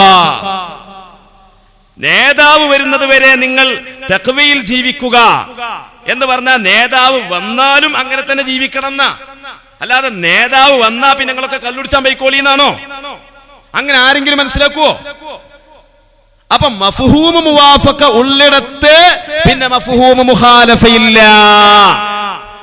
ഞാൻ കുറച്ച് അറബിയും കൂടി കൂട്ടുന്നത് എന്തിനാ അറിയോ? അത് തിരിയേണ്ടവർക്ക് തിരിയാൻ വേണ്ടിയാ. അപ്പൊ നിങ്ങൾ നോക്കണം, ആ മുടി പ്രശ്നം വന്ന സമയത്ത് സനദ് വേണം എന്ന് പ്രസംഗിച്ച ആള് അന്ന് സനദ് വേണ്ട എന്ന് പറഞ്ഞു. നബി സല്ലല്ലാഹു അലൈഹി വസല്ലം തങ്ങളുടെ മുടി ചന്തി വരെ നീളമുള്ളതായിരുന്നു എന്നുള്ളതിന് അനുകൂലമായി സംസാരിച്ചു. സമസ്തയുടെ ആ വളരെ ദീർഘതീർക്കോടുകൂടി സൂക്ഷ്മമായ ആ ഒരു പ്രസ്താവനയെപ്പോലും അന്തം ഇല്ലാത്ത പ്രസ്താവനയായിട്ട് ഇദ്ദേഹം പരിഹസിച്ചു. ഇതൊക്കെ നമ്മൾ കാണണല്ലേ. ഇനി ഏറ്റവും ഒടുവിലായിട്ട് നിങ്ങൾ നോക്കൂ, ഞാൻ ഒരിക്കലും ആക്ഷേപിക്കാൻ വേണ്ടി പറയില്ല, പക്ഷെ ഇപ്പത്തെ ഈ ശ്രമം എന്ന് പറയുന്നത് ഇത് സദുദ്ദേശപരമല്ല.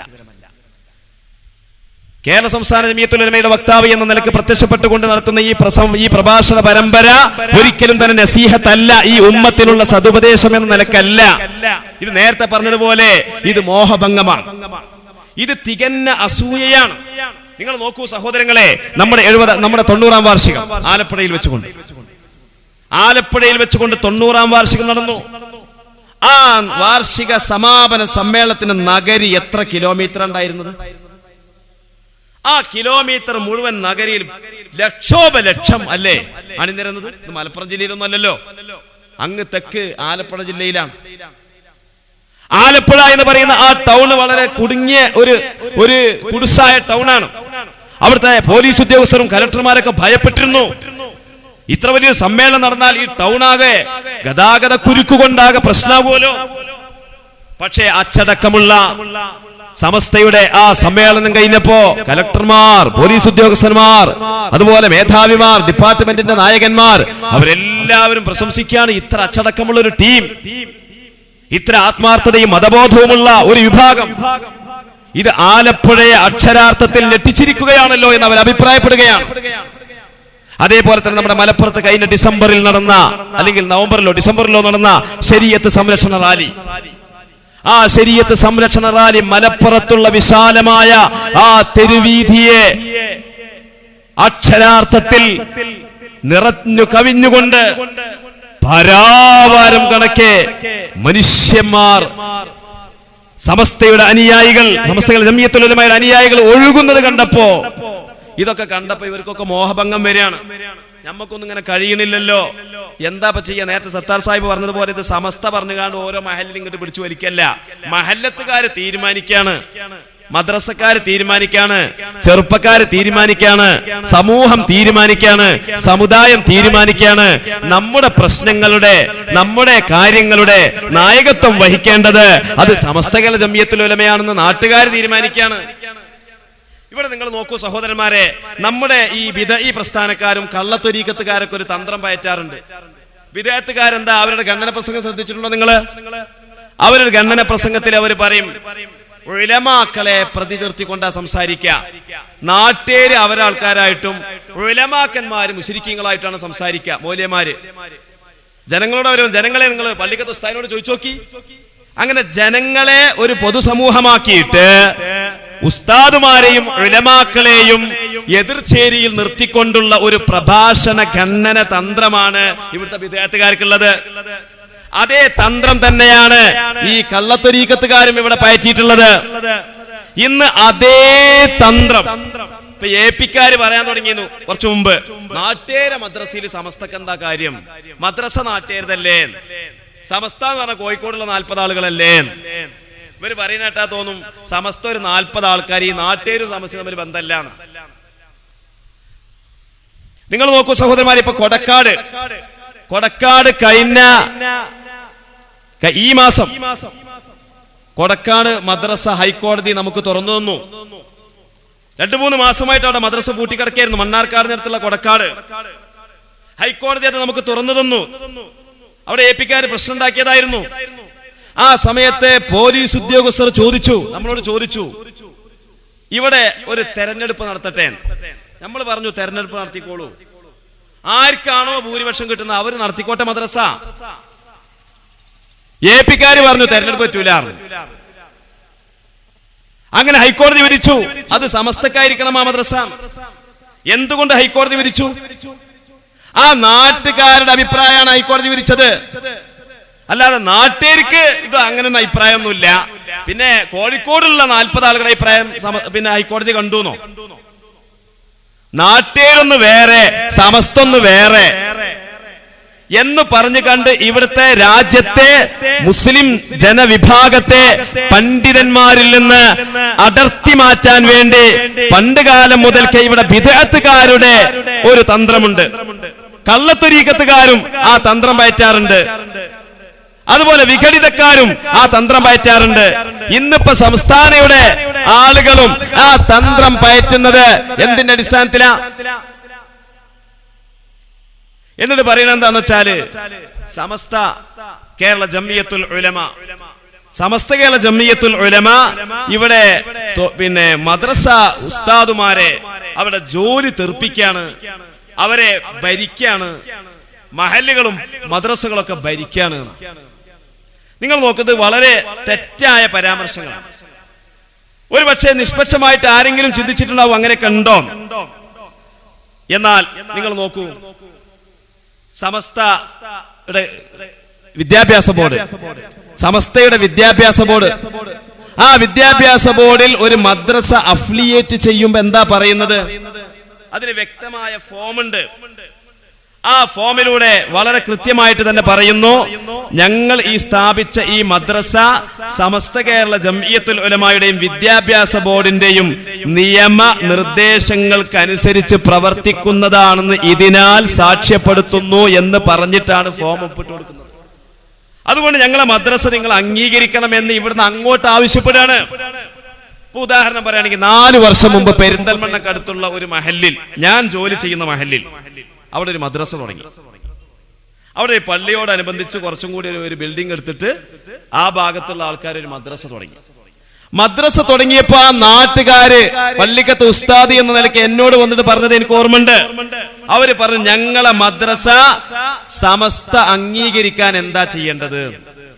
സമസ്തയുടെ മുഫത്തിസുമാരോ സമസ്തയുടെ ഉസ്താദുമാരോ സമസ്ത കേരള വിദ്യാഭ്യാസ ബോർഡിന്റെ മാനേജറോ അല്ലെങ്കിൽ അവിടുത്തെ ഉദ്യോഗസ്ഥരോ ഇങ്ങോട്ട് വന്ന് പറഞ്ഞതല്ല, ഇവിടെ ഒരു മദ്രസ കയറ്റിയിട്ടുണ്ടല്ലോ, അത് ഞങ്ങൾക്ക് വേണം എന്ന് പറഞ്ഞാണോ? അല്ല, മറിച്ച് അങ്ങോട്ട് ചെന്ന് ചോദിച്ചതാണ്, അങ്ങോട്ട് ചെന്ന് അപേക്ഷിച്ചതാണ്. അപ്പൊ ആ അപേക്ഷയിൽ വളരെ വ്യക്തമായി ഒപ്പിട്ട് കൊടുക്കുന്നുണ്ട്. എന്താ ഒപ്പിട്ട് കൊടുക്കുന്നത്?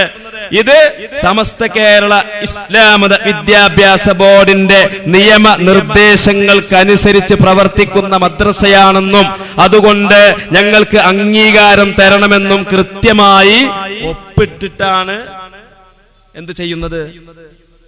അംഗീകാരം വാങ്ങുന്നത്. അപ്പൊ അതുകൊണ്ട് തന്നെ അതെന്തിനാ അങ്ങനെ അംഗീകാരം വാങ്ങുന്നത്? നേരത്തെ സത്താർ സാഹിബ് പറഞ്ഞതുപോലെ നമ്മളെ നാട്ടിലൊരു മദ്രസ ഉണ്ടാക്കി, ആ മദ്രസയിൽ നമ്മളും ഖുർആനും ഹദീസും പഠിപ്പിച്ചാ പോരെ? അതിനൊരു അധ്യാപകരെ വെച്ചിട്ട്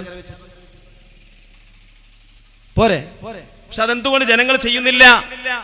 ഇവിടെ വളരെ വ്യവസ്ഥാപിതമായി ശാസ്ത്രീയമായി കുട്ടികളുടെ മനഃശാസ്ത്രം അറിഞ്ഞുകൊണ്ട് തികച്ചും കാലികമായി ഒരു വ്യക്തമായ കരിക്കുലം വെച്ചുകൊണ്ട് ഇവിടെ ശക്തമായ ഒരു വിദ്യാഭ്യാസ പദ്ധതി വ്യവസ്ഥാപിതമായിട്ട് സമസ്ത കേരള ജംഇയ്യത്തുൽ ഉലമ നടത്തുന്നുണ്ട് എന്നുള്ളത് ഇവിടുത്തെ ജനങ്ങൾക്കറിയാം. അങ്ങനെ ആ ജനങ്ങൾ അങ്ങോട്ട് ആവശ്യപ്പെടുകയാണ്. അങ്ങോട്ട് ആവശ്യപ്പെടുന്ന സമയത്ത് സമസ്ത കേരള ജംഇയ്യത്തുൽ ഉലമയുടെ നിയമനിർദ്ദേശങ്ങൾ ഞങ്ങൾ അംഗീകരിക്കുന്നു പറയാം. അപ്പൊ ആ നിയമനിർദ്ദേശത്തിൽപ്പെട്ട പ്രധാനപ്പെട്ട ഒരു നിർദ്ദേശമാണ്, ഈ മദ്രസയില് സമസ്ത കേരള വിദ്യാഭ്യാസ ബോർഡ് ഇസ്ലാമത വിദ്യാഭ്യാസ ബോർഡിന്റെ സിലബസ് മാത്രമേ പഠിപ്പിക്കാവൂ. അതൊരു നിർദ്ദേശം. ആ നിർദ്ദേശം നമ്മൾ കാറ്റിപ്പറത്താൻ പറ്റും. അതേപോലെ തന്നെ ഈ മദ്രസയിൽ പഠിപ്പിക്കുന്ന ഉസ്താദുമാർക്ക് MSR എന്ന് പറഞ്ഞാൽ മുഅല്ലിം സർവീസ് രജിസ്ട്രേഷനാണ്. ഒരു മുഅല്ലിമിന്റെ അദ്ദേഹത്തിന്റെ സേവന കാലഘട്ടങ്ങളും അദ്ദേഹത്തിന്റെ വേതനവും അദ്ദേഹത്തുമായി ബന്ധപ്പെട്ട ഔദ്യോഗികമായ ആധികാരികമായ ഒരു രേഖയാണ് MSR എന്ന് പറയുന്നത്. ഈ മനുഷ്യൻ ഇവിടെ വന്ന് പ്രസംഗിച്ചപ്പോൾ പറഞ്ഞു, അത് കുമ്മസാറാണ്. MSR അല്ല, അത് കുമ്മസാറാണ്. MSR കൊടുക്കേണ്ടത് മദ്രസന്റെ ആൾക്കാരാണ്, അത് സമസ്തയല്ല കൊടുക്കേണ്ടത് എന്ന് അയാൾ പറഞ്ഞു. എന്നാ കേട്ടോളൂ, ഈ MSR എന്ന് തുടങ്ങിയതാണെന്നറിയോ? ഇത് സദഖത്തുള്ള ഉസ്താദ് സമസ്തയിൽ പ്രവർത്തിക്കുന്ന ആ കാലം മുതൽക്ക് തുടങ്ങിയതാ. സംസ്ഥാനക്കാരെ മനസ്സിലായിക്കോളൂ. പ്രാഥമിക പരിശോധന കഴിഞ്ഞാൽ MSR ബുക്കും കാർഡും അനുവദിക്കുന്നതാണ്. 24/8/1960 ഒന്നാം നമ്പർ MSR അനുവദിച്ചത്. 2008 ഓഗസ്റ്റ് വരെ 81,069 MSR അനുവദിച്ചു. 1960 നിങ്ങളുടെ സദഖത്തുൽ ഉസ്താദ് സമസ്തയിലില്ലേ? ആ കാലം മുതൽക്ക് തുടങ്ങിയതാ MSR എന്ന് പറയുന്നത്. എന്നിട്ട് ആ MSR സംബന്ധിച്ച് കുമ്മസാർ എന്നല്ലേ ഇദ്ദേഹം ഇവിടെ പറഞ്ഞത്? ഇത് നിങ്ങൾ ആരെയാ ചോദ്യം ചെയ്തത്? നിങ്ങൾ സമസ്തയെ ജനമധ്യത്തിൽ ഇടിച്ചു താഴ്ത്തുവാൻ വേണ്ടി, സമസ്തക്കെതിരിൽ ഇവിടുത്തെ രാഷ്ട്രീയ പ്രസ്ഥാനങ്ങളെ ഇളക്കിവിടാൻ വേണ്ടി, സമസ്തക്കെതിരിൽ ഇവിടുത്തെ തൊഴിലാളി സംഘടനകളെ ഇളക്കിവിടുവാൻ വേണ്ടി നിങ്ങൾ ഘോരഘോരം പ്രസംഗിച്ചപ്പോ, നീട്ടി വഴന്നു പറഞ്ഞപ്പോ, ആയത്തും ഹദീസും ഉദ്ധരിച്ചപ്പോ ഇത് ആരുടെ നെഞ്ചിലേക്കാ ചെന്ന് തറച്ചത് എന്ന് നിങ്ങൾ ആലോചിച്ചോ? 1960 മുതൽക്കാണ് MSR ആരംഭിച്ചത്. എന്നിട്ട് ആ MSR സമ്പ്രദായത്തെ കുമ്മസാർ എന്ന് പറഞ്ഞിട്ട് പരിഹസിക്കുക ഇയാൾ ചെയ്തത്. ഞാൻ നിഷ്പക്ഷമായിട്ട് നിങ്ങളോട് ചിന്തിക്കാൻ വേണ്ടി പറയാം. ഇദ്ദേഹം ഇത് ഇന്നും ഇന്നലെയും തുടങ്ങിയതൊന്നുമല്ല. ഒരുപക്ഷെ നാട്ടുകാർ ഇത് മനസ്സിലാക്കുന്നില്ല എന്നേ കാരണം. ഞാൻ നേരത്തെ വായിച്ച ഈ ബുൽബുൽ ദശവാർഷിക പതിപ്പ്, ഇതിന്റെ തന്നെ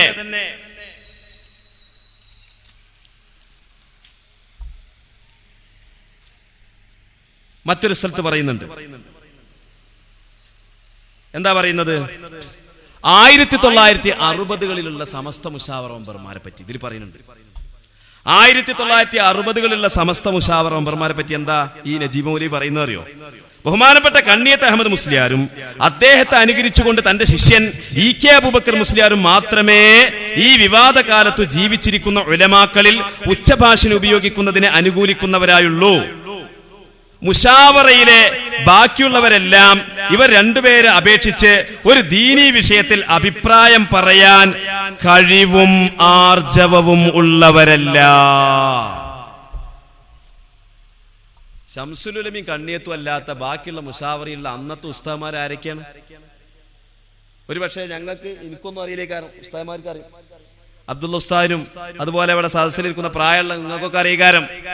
കോട്ടുമൽ ഉസ്താദില്ലേ, വലിയ വലിയ മഹാരഥന്മാരായ അഗ്രേസ്യരായ മഹാപണ്ഡിതന്മാർ അക്കാര്യത്തില്ലേ, അവർക്കൊന്നും ഒരു ദീനീ വിഷയത്തില് അഭിപ്രായം പറയാൻ കഴിവും ആർജവും ഉള്ളവരായിരുന്നില്ല. പിന്നെ എങ്ങനത്തോലായിരുന്നു അന്നത്തെ മുശാവറ മെമ്പർമാര്? നിങ്ങൾ പറയണം. അന്നുള്ള മുശാവറ മെമ്പർമാര് ഒരു കഴിവും ആർജവും ഇല്ലാത്തവരായിരുന്നു എന്ന് എഴുതി വെച്ചതാരാ? ഈ സാക്ഷാൽ നജീബ് മൗലവി അദ്ദേഹത്തിന്റെ ബുൽബുൽ ദശവാർഷിക പതിപ്പ് എന്ന പുസ്തകത്തിന്റെ 241 പേജിൽ അന്നത്തെ മുശാവറ മെമ്പർമാരെ വിമർശിച്ചുകൊണ്ട് എഴുതിയിട്ടുണ്ട്. പിന്നെ അദ്ദേഹത്തിന് എന്താ ഇന്നത്തെ സമസ്ത? അതുകൊണ്ടാണ് അദ്ദേഹം MSRനെ പറ്റി കുമ്മസാർ എന്ന് പറഞ്ഞത്. നിങ്ങൾ നോക്കൂ, ഒരു അധ്യാപകൻ സ്കൂളിൽ പഠിപ്പിക്കുന്ന, നമ്മുടെ സ്കൂളിൽ ഒരു അധ്യാപകൻ ഒരു രേഖ ഉണ്ടാവും. സ്കൂളിൽ പഠിപ്പിക്കുന്ന ഒരു അധ്യാപകന് വ്യക്തമായ ഒരു ആധികാരികമായ ഔദ്യോഗികമായ ഒരു ഐഡന്റിറ്റി കാർഡ് ഉണ്ടാവും. ആ കാർഡ് അവിടുത്തെ സ്കൂളിലെ HM ആയിരിക്കും സൂക്ഷിക്കുക. മേലുദ്യോഗസ്ഥന്മാർ വന്നാൽ അത് പരിശോധിക്കണം. ഗവൺമെന്റ് ജോലി ചെയ്യുന്ന ആ സ്കൂൾ അധ്യാപകൻ ഗവൺമെന്റിന്റെ നിയമങ്ങൾ പാലിച്ചുകൊണ്ട് മാത്രമേ അധ്യാപനം നടത്താൻ പറ്റുള്ളൂ. ഇപ്പൊ നമ്മള് ലക്ഷ്മി നായരെ പുറത്താക്കണോ പുറത്താക്കണ്ടേ എന്നൊക്കെ ചർച്ച ചെയ്യാൻ കാരണം എന്താ? അത് ഗവൺമെന്റ് റൂൾ അനുസരിച്ചാണോ? അല്ലേ? ഒരുപക്ഷെ സ്കൂൾ മാനേജ്മെന്റ് സ്കൂളായിരിക്കും, സ്കൂൾ ഒരുപക്ഷെ ഗവൺമെന്റ് സ്കൂളായിരിക്കും, അല്ലെങ്കിൽ സെൽഫ് ഫൈനാൻഷ്യൽ സ്കൂളായിരിക്കും. എങ്ങനെയായാലും ഈ രാജ്യത്ത് അംഗീകരിക്കപ്പെട്ട ഒരു അധ്യാപകൻ, അദ്ദേഹത്തിന്റെ അധ്യാപനത്തിന് വ്യക്തമായൊരു റൂളുണ്ട്, വ്യക്തമായൊരു ചട്ടമുണ്ട്. ആ ചട്ടപ്രകാരം അധ്യാപകരെല്ലാവരും ഏകീകരിക്കുമ്പോൾ മാത്രമേ ആ വിദ്യാഭ്യാസ പദ്ധതി ശാസ്ത്രീയമാകുകയുള്ളൂ, അത് കെട്ടുറപ്പുള്ളതാവുകയുള്ളൂ. അതിനുവേണ്ടിയാണ് MSR. ഇനി നിങ്ങൾ നോക്കി, ഈ MSR എന്ന് പറഞ്ഞാല് എങ്ങനെയാണ് MSRന്റെ അപേക്ഷ? അതിന്റെ അപേക്ഷാ ഫോം നിങ്ങളൊന്ന് കാണണം. MSRന്റെ അപേക്ഷ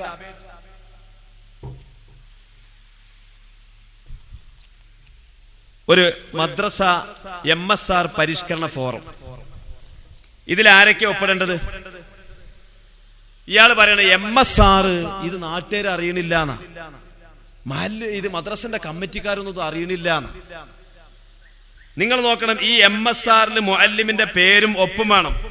എന്താണ് ആ മുഅല്ലിം അതില് അപേക്ഷാ ഫോറത്തില്, MSR പരിഷ്കരണ ഫോറത്തിൽ എന്താണ് അദ്ദേഹം അപേക്ഷിക്കുന്നത്?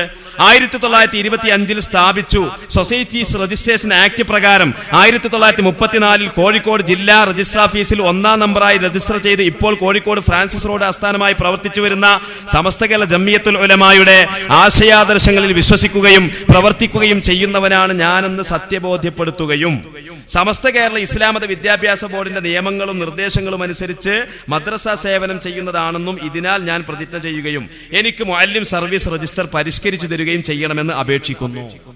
ഇതിലെന്താ തെറ്റുള്ളത്? MSR എന്ന് പറയുന്ന ഔദ്യോഗിക രേഖ സമസ്ത തയ്യാറാക്കി കൊടുക്കാൻ, അല്ലെങ്കിൽ വിദ്യാഭ്യാസ ബോർഡ് തയ്യാറാക്കി കൊടുക്കാൻ ഈ പറഞ്ഞ അപേക്ഷാ ഫോമിൽ ഒപ്പിടുന്നതിൽ എന്താണ് തെറ്റുള്ളത്?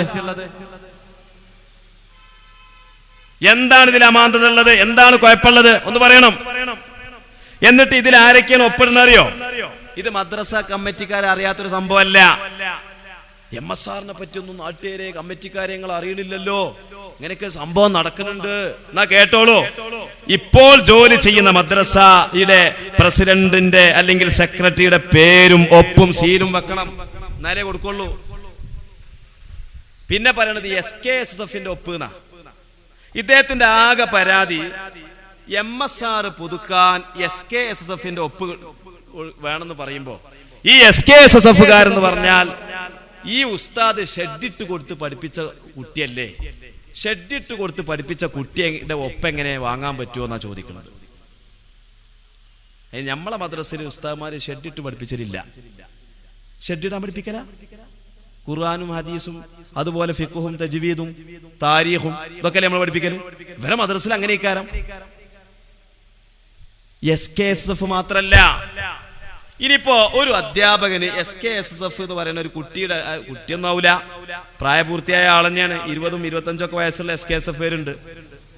SKSSFന്റെ കമ്മിറ്റിയുടെ അടുക്കൽ നിന്ന് തന്നെ ഒപ്പ് വാങ്ങണമെന്ന് സമസ്ത പറഞ്ഞിട്ടില്ല. കണ്ടോ, SKSSFോ SYSO SMFോ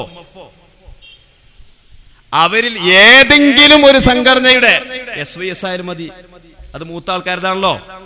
SMF എന്ന് പറഞ്ഞാൽ അവിടുത്തെ മഹല്ല് കമ്മിറ്റിക്കാരുടെ ഒരു സംഘടനയാണ്, സുന്നി മഹല്ല് കമ്മിറ്റിക്കാരുടെ സംഘടന. അപ്പൊ SMFന്റെ ഒപ്പായാലും മതി, SKSSF തന്നെ വേണമെന്നില്ല. SYSന്റെ ഒപ്പായാലും മതി. എന്തിന് ഇദ്ദേഹം ഇത് മറച്ചു വെച്ചു? MSRന്റെ അപേക്ഷാ ഫോമിൽ SKSSFന്റെ ഒപ്പ് മാത്രമേ പറ്റൂ എന്ന് വിദ്യാഭ്യാസ വകുപ്പോട് പറഞ്ഞിട്ടില്ല. എന്നിട്ട് എന്തേ ഇദ്ദേഹം ഇത് മറച്ചു വെച്ചത്? SYSന്റെ ഒപ്പായാലും മതി, സമപ്രായക്കാരായിരിക്കുമല്ലോ. SMFന്റെ ഒപ്പായാലും മതി, അവിടുത്തെ മഹല്ലിന്റെ നേതാക്കന്മാരായിരിക്കും അവര്. SKSSF തന്നെ ആവണമെന്ന് ഇവിടെ പറഞ്ഞിട്ടില്ല. എന്നിട്ട് പറയാ ഈ ഉസ്താദ് SKSSFന്റെ ഒപ്പിടാൻ വേണ്ടി പോകുമ്പോ അത് ഉസ്താദിനെ അപമാനിക്കലാണ്. നിങ്ങൾ നോക്കൂ സഹോദരന്മാരെ, തീർന്നില്ല. സ്വദേശ റേഞ്ചിൽ ചേർന്ന അംഗത്വ നമ്പർ, സ്വദേശ റേഞ്ച് സെക്രട്ടറിയുടെ പേരും ഒപ്പും സീലും വേണം. ഇപ്പോൾ ജോലി ചെയ്യുന്ന റേഞ്ച് സെക്രട്ടറിയുടെ പേരും ഒപ്പും സീലും വേണം.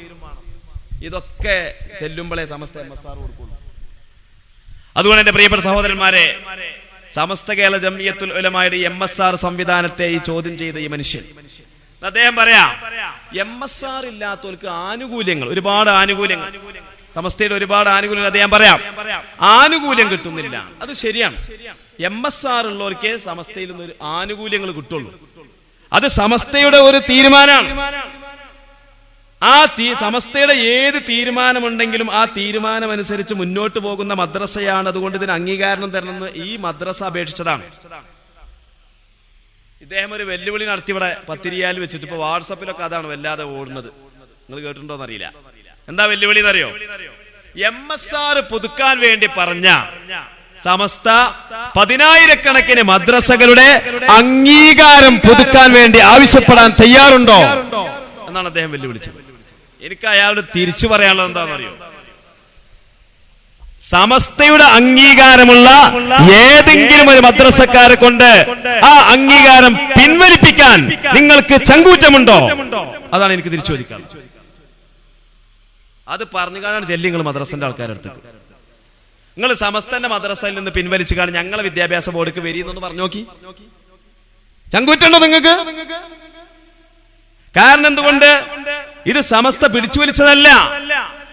സമസ്തയുടെ വിദ്യാഭ്യാസ പദ്ധതി വളരെ ശാസ്ത്രീയമാണ്, അത് വളരെ കെട്ടുറപ്പുള്ളതാണ്, അതിന് നല്ല വാല്യൂ ഉണ്ട് എന്ന് മനസ്സിലാക്കിക്കൊണ്ട് ജനങ്ങൾ അങ്ങോട്ട് സമർപ്പിച്ചതല്ലേ. ഓരോ മദ്രസയും അങ്ങനെ തന്നെയാണ്. എന്റെ മദ്രസ അങ്ങനെയാണ്, നിങ്ങളെ മദ്രസ അങ്ങനെയാണ്. ഇപ്പൊ നമ്മള് ഒരു ഹോസ്പിറ്റലിൽ നമ്മൾ രോഗിയായിട്ട് ചെന്നു.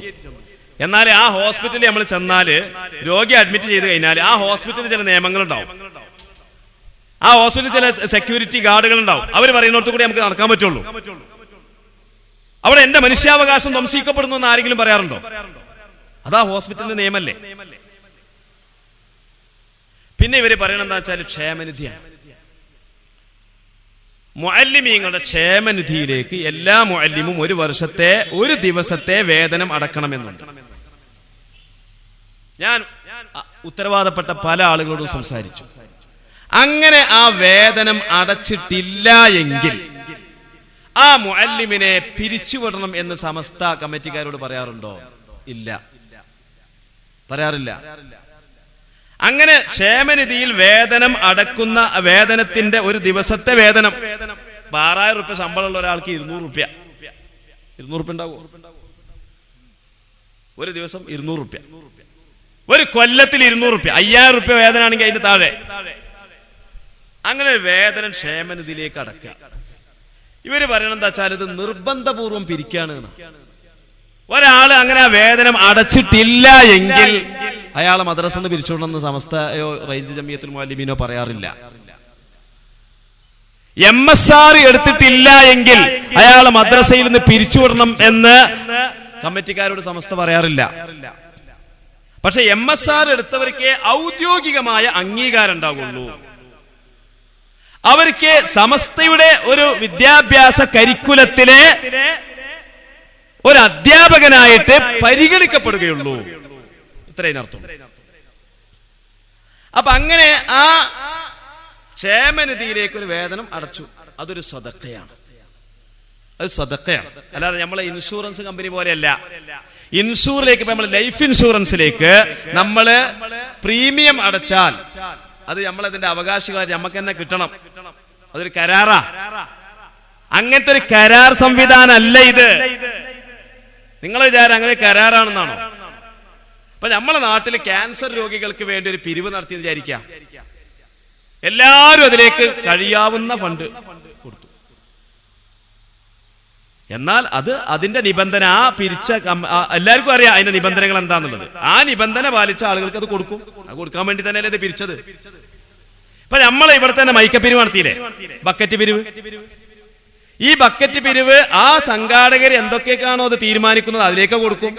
ആർക്കെങ്കിലും പരാതി ഉണ്ടാവാറുണ്ടോ? ഇനിയിപ്പോ ഒരാളെ ബക്കറ്റിൽ ഇട്ടില്ല എന്നാ അവനോട് ഇറങ്ങി പോകാൻ വേണ്ടി പറയോ? അപ്പൊ എന്നതുപോലെ ക്ഷേമനിധിയിലേക്ക് ഫണ്ട് ഒരു ദിവസത്തെ വേതനം അടച്ചാൽ അവർക്ക് അതിന്റെ അവർക്ക് ആനുകൂല്യം കൊടുക്കുള്ളൂ. ആ ആനുകൂല്യം കൊടുക്കണം എന്നുണ്ടെങ്കിൽ അത് ജംഇയ്യത്തുൽ മുഅല്ലിമീനാണ് കൈകാര്യം ചെയ്യുന്നത്. അത് വിദ്യാഭ്യാസ ബോർഡല്ല, ജംഇയ്യത്തുൽ മുഅല്ലിമീനാണ് കൈകാര്യം ചെയ്യുന്നത്. ജംഇയ്യത്തുൽ മുഅല്ലിമീൻ അവരുടെ വ്യവസ്ഥകൾക്കനുസരിച്ച് സമസ്തയുടെ ആളായിരിക്കണം. അതുപോലെ ഒരുപാട് വ്യവസ്ഥകളുണ്ട്. അവരുടെ സർവീസുമായി ബന്ധപ്പെട്ട ധാരാളം കാര്യങ്ങളുണ്ട്. അത് പാലിച്ച ആൾക്കാർക്ക് അത് കൊടുക്കുള്ളൂ. അത് അങ്ങനത്തെ കൊടുക്കുള്ളൂ, കിട്ടുള്ളൂ എന്നുള്ളത് കൊണ്ട് ഞാൻ അടച്ചിട്ട് എനിക്ക് കിട്ടൂല എന്നൊരു സംസ്ഥാനക്കാരന് തോന്നുന്നുണ്ടെങ്കിൽ, ഒരു AP-കാരന് തോന്നുന്നുണ്ടെങ്കിൽ അവരടക്കാതിരുന്നോട്ടെ. എന്നിട്ട് പറയാ വാങ്ങണോടത്ത് പിരിക്കണോടത്ത് സുന്നിയാവാം, മുജാഹിദാവാം, ജമാഅത്താവാം, ഖാദിയാനി ആവാം, തരീഖത്താവാം, പക്ഷെ കൊടുക്കുന്നോടത്ത് സമസ്തയാവണം. സമസ്തയിൽ ഈ മദ്രസ അംഗീകരിക്കുവാൻ വേണ്ടി അപേക്ഷിച്ചപ്പോൾ തന്നെ പറഞ്ഞ എന്താണ്? സമസ്തയുടെ എല്ലാ നിയമാവലികളും ഇതിൽ പാലിക്കുന്നു എന്ന് പറഞ്ഞുകൊണ്ട് അപേക്ഷിക്കുന്നത്. എന്നിട്ട് ഇവര് പറയാ പിന്നെ ഒരുപാട് പിരിവുകൾ നടത്തുകയാണ്. കുട്ടികളെ 15 രൂപ പിരിക്കുന്നില്ലേ? അപ്പൊ ഇത്രയും അധികം പൈസ പിരിച്ചിട്ട് ആ പൈസയുടെ കണക്കെവിടെയാണ്? അത് തിരിച്ചെന്തെങ്കിലും ചെയ്യുന്നുണ്ടോ? പക്ഷെ ഒരു കാര്യം മനസ്സിലാക്കണം, സമസ്ത ഇത് കെട്ടിഘോഷിച്ച് നടക്കാറില്ല. എന്താ വസ്തുത എന്നറിയോ? അതിന്റെ ചെറിയ ചില വസ്തുതകൾ മാത്രം ഞാൻ പറയാം. 2016 കണക്കാണ് ഞാൻ പറയുന്നത്. ശരിക്കും ശ്രദ്ധിക്കണേ, നല്ലോണം ശ്രദ്ധിക്കണം. 2016 വരേക്കുള്ള കണക്കാട്ടോ, 17 കണക്കല്ല പറയുന്നത്. സമസ്ത കേരള ഇസ്ലാമത വിദ്യാഭ്യാസ ബോർഡ് ഇവിടെ പാസാക്കിയ കാര്യങ്ങൾ എന്തൊക്കെയാണ്? ഭവന നിർമ്മാണത്തിന്, വീട് നിർമ്മാണത്തിന് 11,844 അപേക്ഷകൾക്ക് 3,38,89,565 രൂപ കൊടുത്തിട്ടുണ്ട്. കഴിഞ്ഞ വർഷത്തെ കണക്കായി പറയുന്നത്. വിവാഹം 11,137 അപേക്ഷകൾക്ക് 4,37,864 രൂപ. 4,37,00,000 അങ്ങനെ 4,37,86,490 രൂപ കൊടുത്തിട്ടുണ്ട്. രോഗചികിത്സക്ക്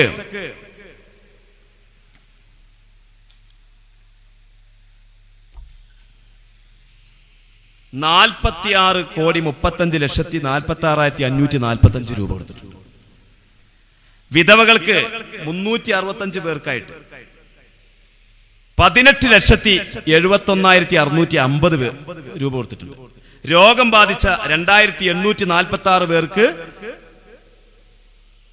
ഇത് വലിയ സംഖ്യ ആയതുകൊണ്ട് വായിക്കാനൊരു പ്രയാസം, 35,46,545. കിണർ കുഴിക്കാൻ വേണ്ടി 237 പേർക്ക് 5,42,000. കക്കൂസ് നിർമ്മാണത്തിന് വേണ്ടി 3,15,000 പേര്, 105 പേർക്ക്.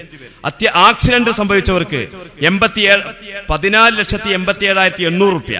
മയ്യത്ത് പരിപാലനത്തിന് 11,09,000 രൂപ. മാതൃകാ മുഅല്ലിം അവാർഡായിട്ട് 10 ലക്ഷം രൂപ. 50 വർഷം ജോലി ചെയ്ത ആളുകൾക്ക് 1,40,000 രൂപ. കെ വി ഉസ്താദ്, കെ ടി ഉസ്താദ്, നിസാമി ഇവരുടെ പേരിൽ 7ാം ക്ലാസ്, 10ാം ക്ലാസ്, 12ാം ക്ലാസ് ഇവർക്ക് കൊടുക്കുന്ന അവാർഡ് തുക 1000 രൂപ, 2000 രൂപ, 5000 രൂപ വെച്ചിട്ട് 2,03,61,251 രൂപ. 15 വർഷം സർവീസ് ചെയ്തവർക്കുള്ള ആനുകൂല്യം കൊടുത്ത ഇനത്തിൽ 29,44,085 രൂപ. പെൻഷൻ എന്ന് പറഞ്ഞാൽ വിരമിച്ച അധ്യാപകര്, അവർക്ക് 1.25 കോടി രൂപ. മദ്രസകൾ ഗ്രാന്റ്, മദ്രസകൾക്ക് പല ഗ്രാന്റ് കൊടുക്കുന്നുണ്ട്. ഹയർ സെക്കൻഡറി ഒക്കെ പഠിപ്പിക്കുന്ന മദ്രസകൾക്ക് ഗ്രാന്റ് കൊടുക്കുന്നുണ്ട്. 29 ലക്ഷം രൂപ. ഇതൊക്കെ ഇന്നലെ എടുത്ത കണക്കുകളാണ്. ഇന്നലെ ബന്ധപ്പെട്ട ആൾക്കാരിൽ നിന്ന് വാങ്ങി കണക്കുകൾ. അപ്പൊ സമസ്ത പിരിക്കുന്നു, കണക്കെവിടെ? ഇതാർക്കെങ്കിലും കൊടുക്കുന്നുണ്ടോ? ഇതല്ലേ ഈ തിരുവാലിയിൽ വെച്ച് ചോദിച്ചത്. അപ്പൊ കേൾക്കുന്ന ആളുകൾക്ക് തോന്നും, എന്ത് 10 ലക്ഷം കുട്ടികളിൽ നിന്ന് 15 രൂപ വീതം പിരിച്ചാൽ 1.5 കോടിയായില്ലേ?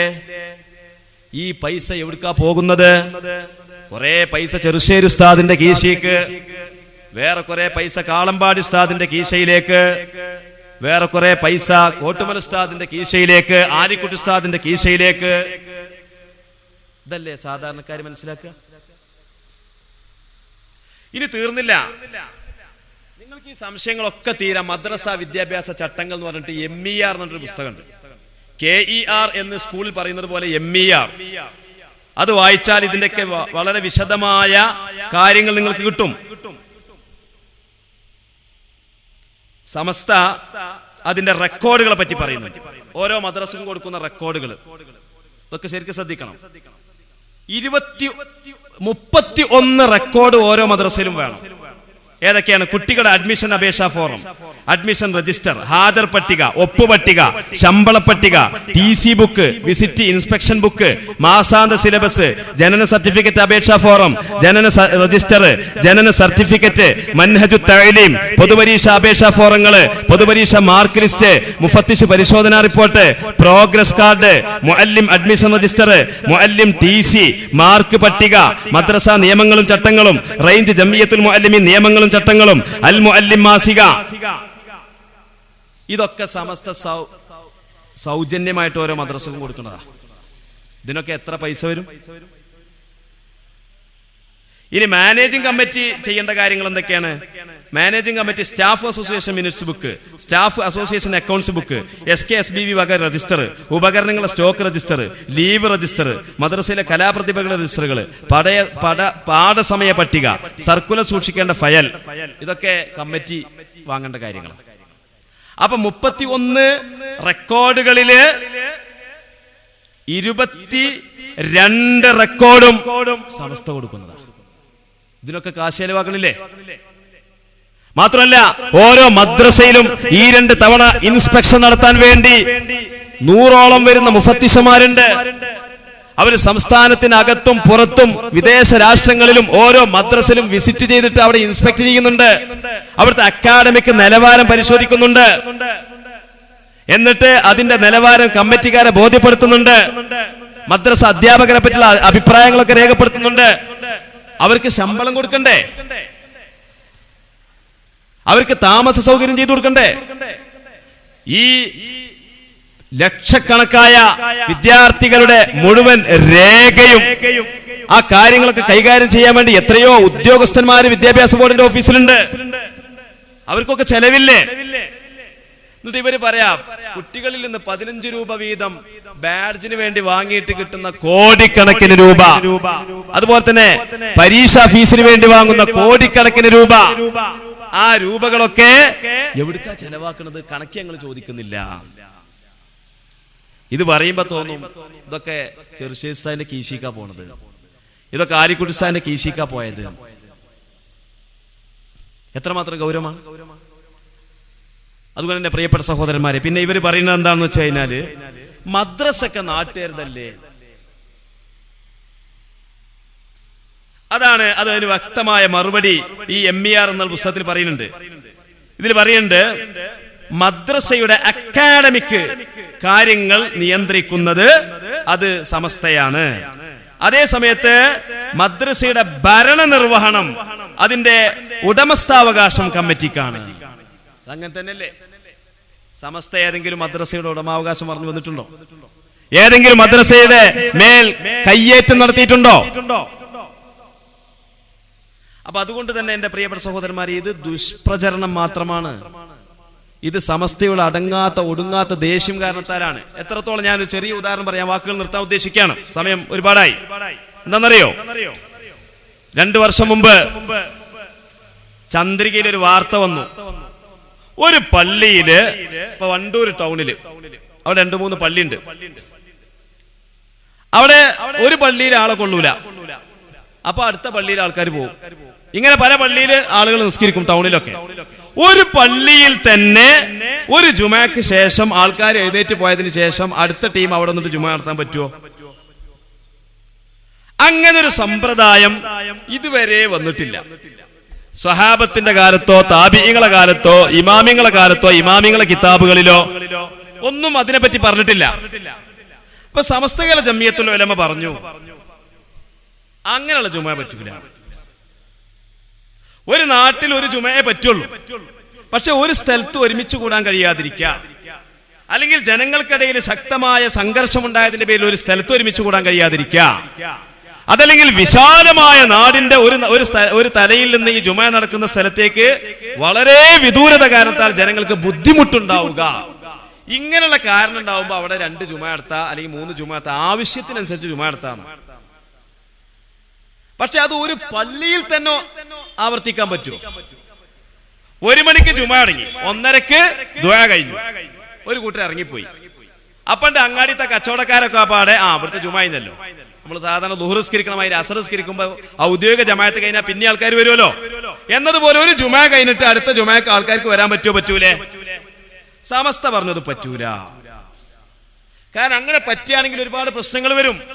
ഇപ്പൊ നമ്മളെ പൊന്നാനിയിൽ അന്വേഷിച്ച് നോക്കൂ, വളരെ അടുത്തടുത്തായിട്ട് 8-10 ജുമകൾ നടക്കുന്നുണ്ട്. അത്രയും ജനസാന്ദ്രത അവിടെയുണ്ട്. ദുബായിൽ ചെന്ന് നോക്കൂ, ലക്ഷക്കണക്കിന് ആളുകളല്ലേ ദുബായിലുള്ളത്, സ്വദേശികളും വിദേശികളുമായിട്ട്. ഒരു പള്ളിയിൽ കൊള്ളൂല. അപ്പൊ വളരെ അടുത്തടുത്തായിട്ട് ഒരുപാട് ജുമകളുണ്ട്. എത്ര ജുമക്കാണോ ആവശ്യം അത്ര ജുമയെ പറ്റുള്ളൂ. ആവശ്യത്തിലധികം ജുമ ഉണ്ടായാൽ ആ ജുമകൾ സഹിയാവൂല. ആവശ്യത്തിന് അനുസരിച്ച് മാത്രമേ ജുമ പറ്റുള്ളൂ. അപ്പോ എത്ര ജുമ പറ്റും? ഒരു പള്ളിയിൽ തന്നെ ഒരുപാട് ജുമ പറ്റുകയാണെങ്കിൽ ആ ടൗണിലെ ഏറ്റവും വലിയ പള്ളി, ആ പള്ളിയിൽ 2 വട്ടം ജുമ നടത്തിയാൽ എല്ലാവർക്കും ജുമ കിട്ടും. പക്ഷേ അവിടെ ഒരു ജുമ നടത്തുകയാണെങ്കിലോ മറ്റുള്ള പള്ളികളിൽ ചിലപ്പോൾ 5-6 ജുമ നടത്തേണ്ടി വരും. ഇപ്പൊ ഉദാഹരണം പറയുകയാണെങ്കിൽ പെരിന്തൽമണ്ണയിൽ 3 ജുമ അടുത്തടുത്ത് നടക്കുന്നുണ്ട്. ഒന്ന് ടൗൺ പള്ളി, ഒന്ന് അനഫി പള്ളി, ഒന്ന് മസ്ജിദുൽ മാജിദ്. അത്രയും ആൾക്കാർ അവിടെ ഉണ്ട്. ഹോസ്പിറ്റലുടെ സിറ്റി ആയതുകൊണ്ട് ഒരുപാട് ആളുകൾ, ആയിരക്കണക്കിന് ആൾക്കാർ അവിടെ ഉണ്ട്. ഓരോ ജുമ അവിടെ ഏറ്റവും ചുരുങ്ങിയത് 3 ജുമക്കെങ്കിലും ആവശ്യമുണ്ട്. അതുകൊണ്ട് 3 ജുമ അവിടെ നടക്കുന്നുണ്ട്. പക്ഷേ അവിടെ ടൗൺ പള്ളിയിൽ ഒരു വട്ടം ജുമ നടത്തിയിട്ട് വീണ്ടും ഒരു ജുമ നടത്തുകയാണെങ്കിൽ 2 ജുമക്ക് ആവശ്യമുള്ളൂ.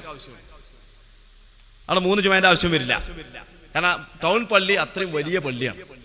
വലിയ പള്ളിയാണ്. അപ്പൊ ടൗൺ പള്ളിയിൽ ഒന്നിനു ശേഷം മറ്റൊരു ജുമാ നടത്തുകയാണെങ്കിൽ അവിടെ 2 ജുമയൊക്കെ ആവശ്യമുള്ളൂ, 3 ജുമേന്റെ ആവശ്യമില്ല. പക്ഷെ അവിടെ 3 ജുമാ നടക്കുന്നുണ്ട്, 3 പള്ളിയിലായിട്ട്. ഫുഖഹാക്കൾ പറഞ്ഞ എന്താണ്?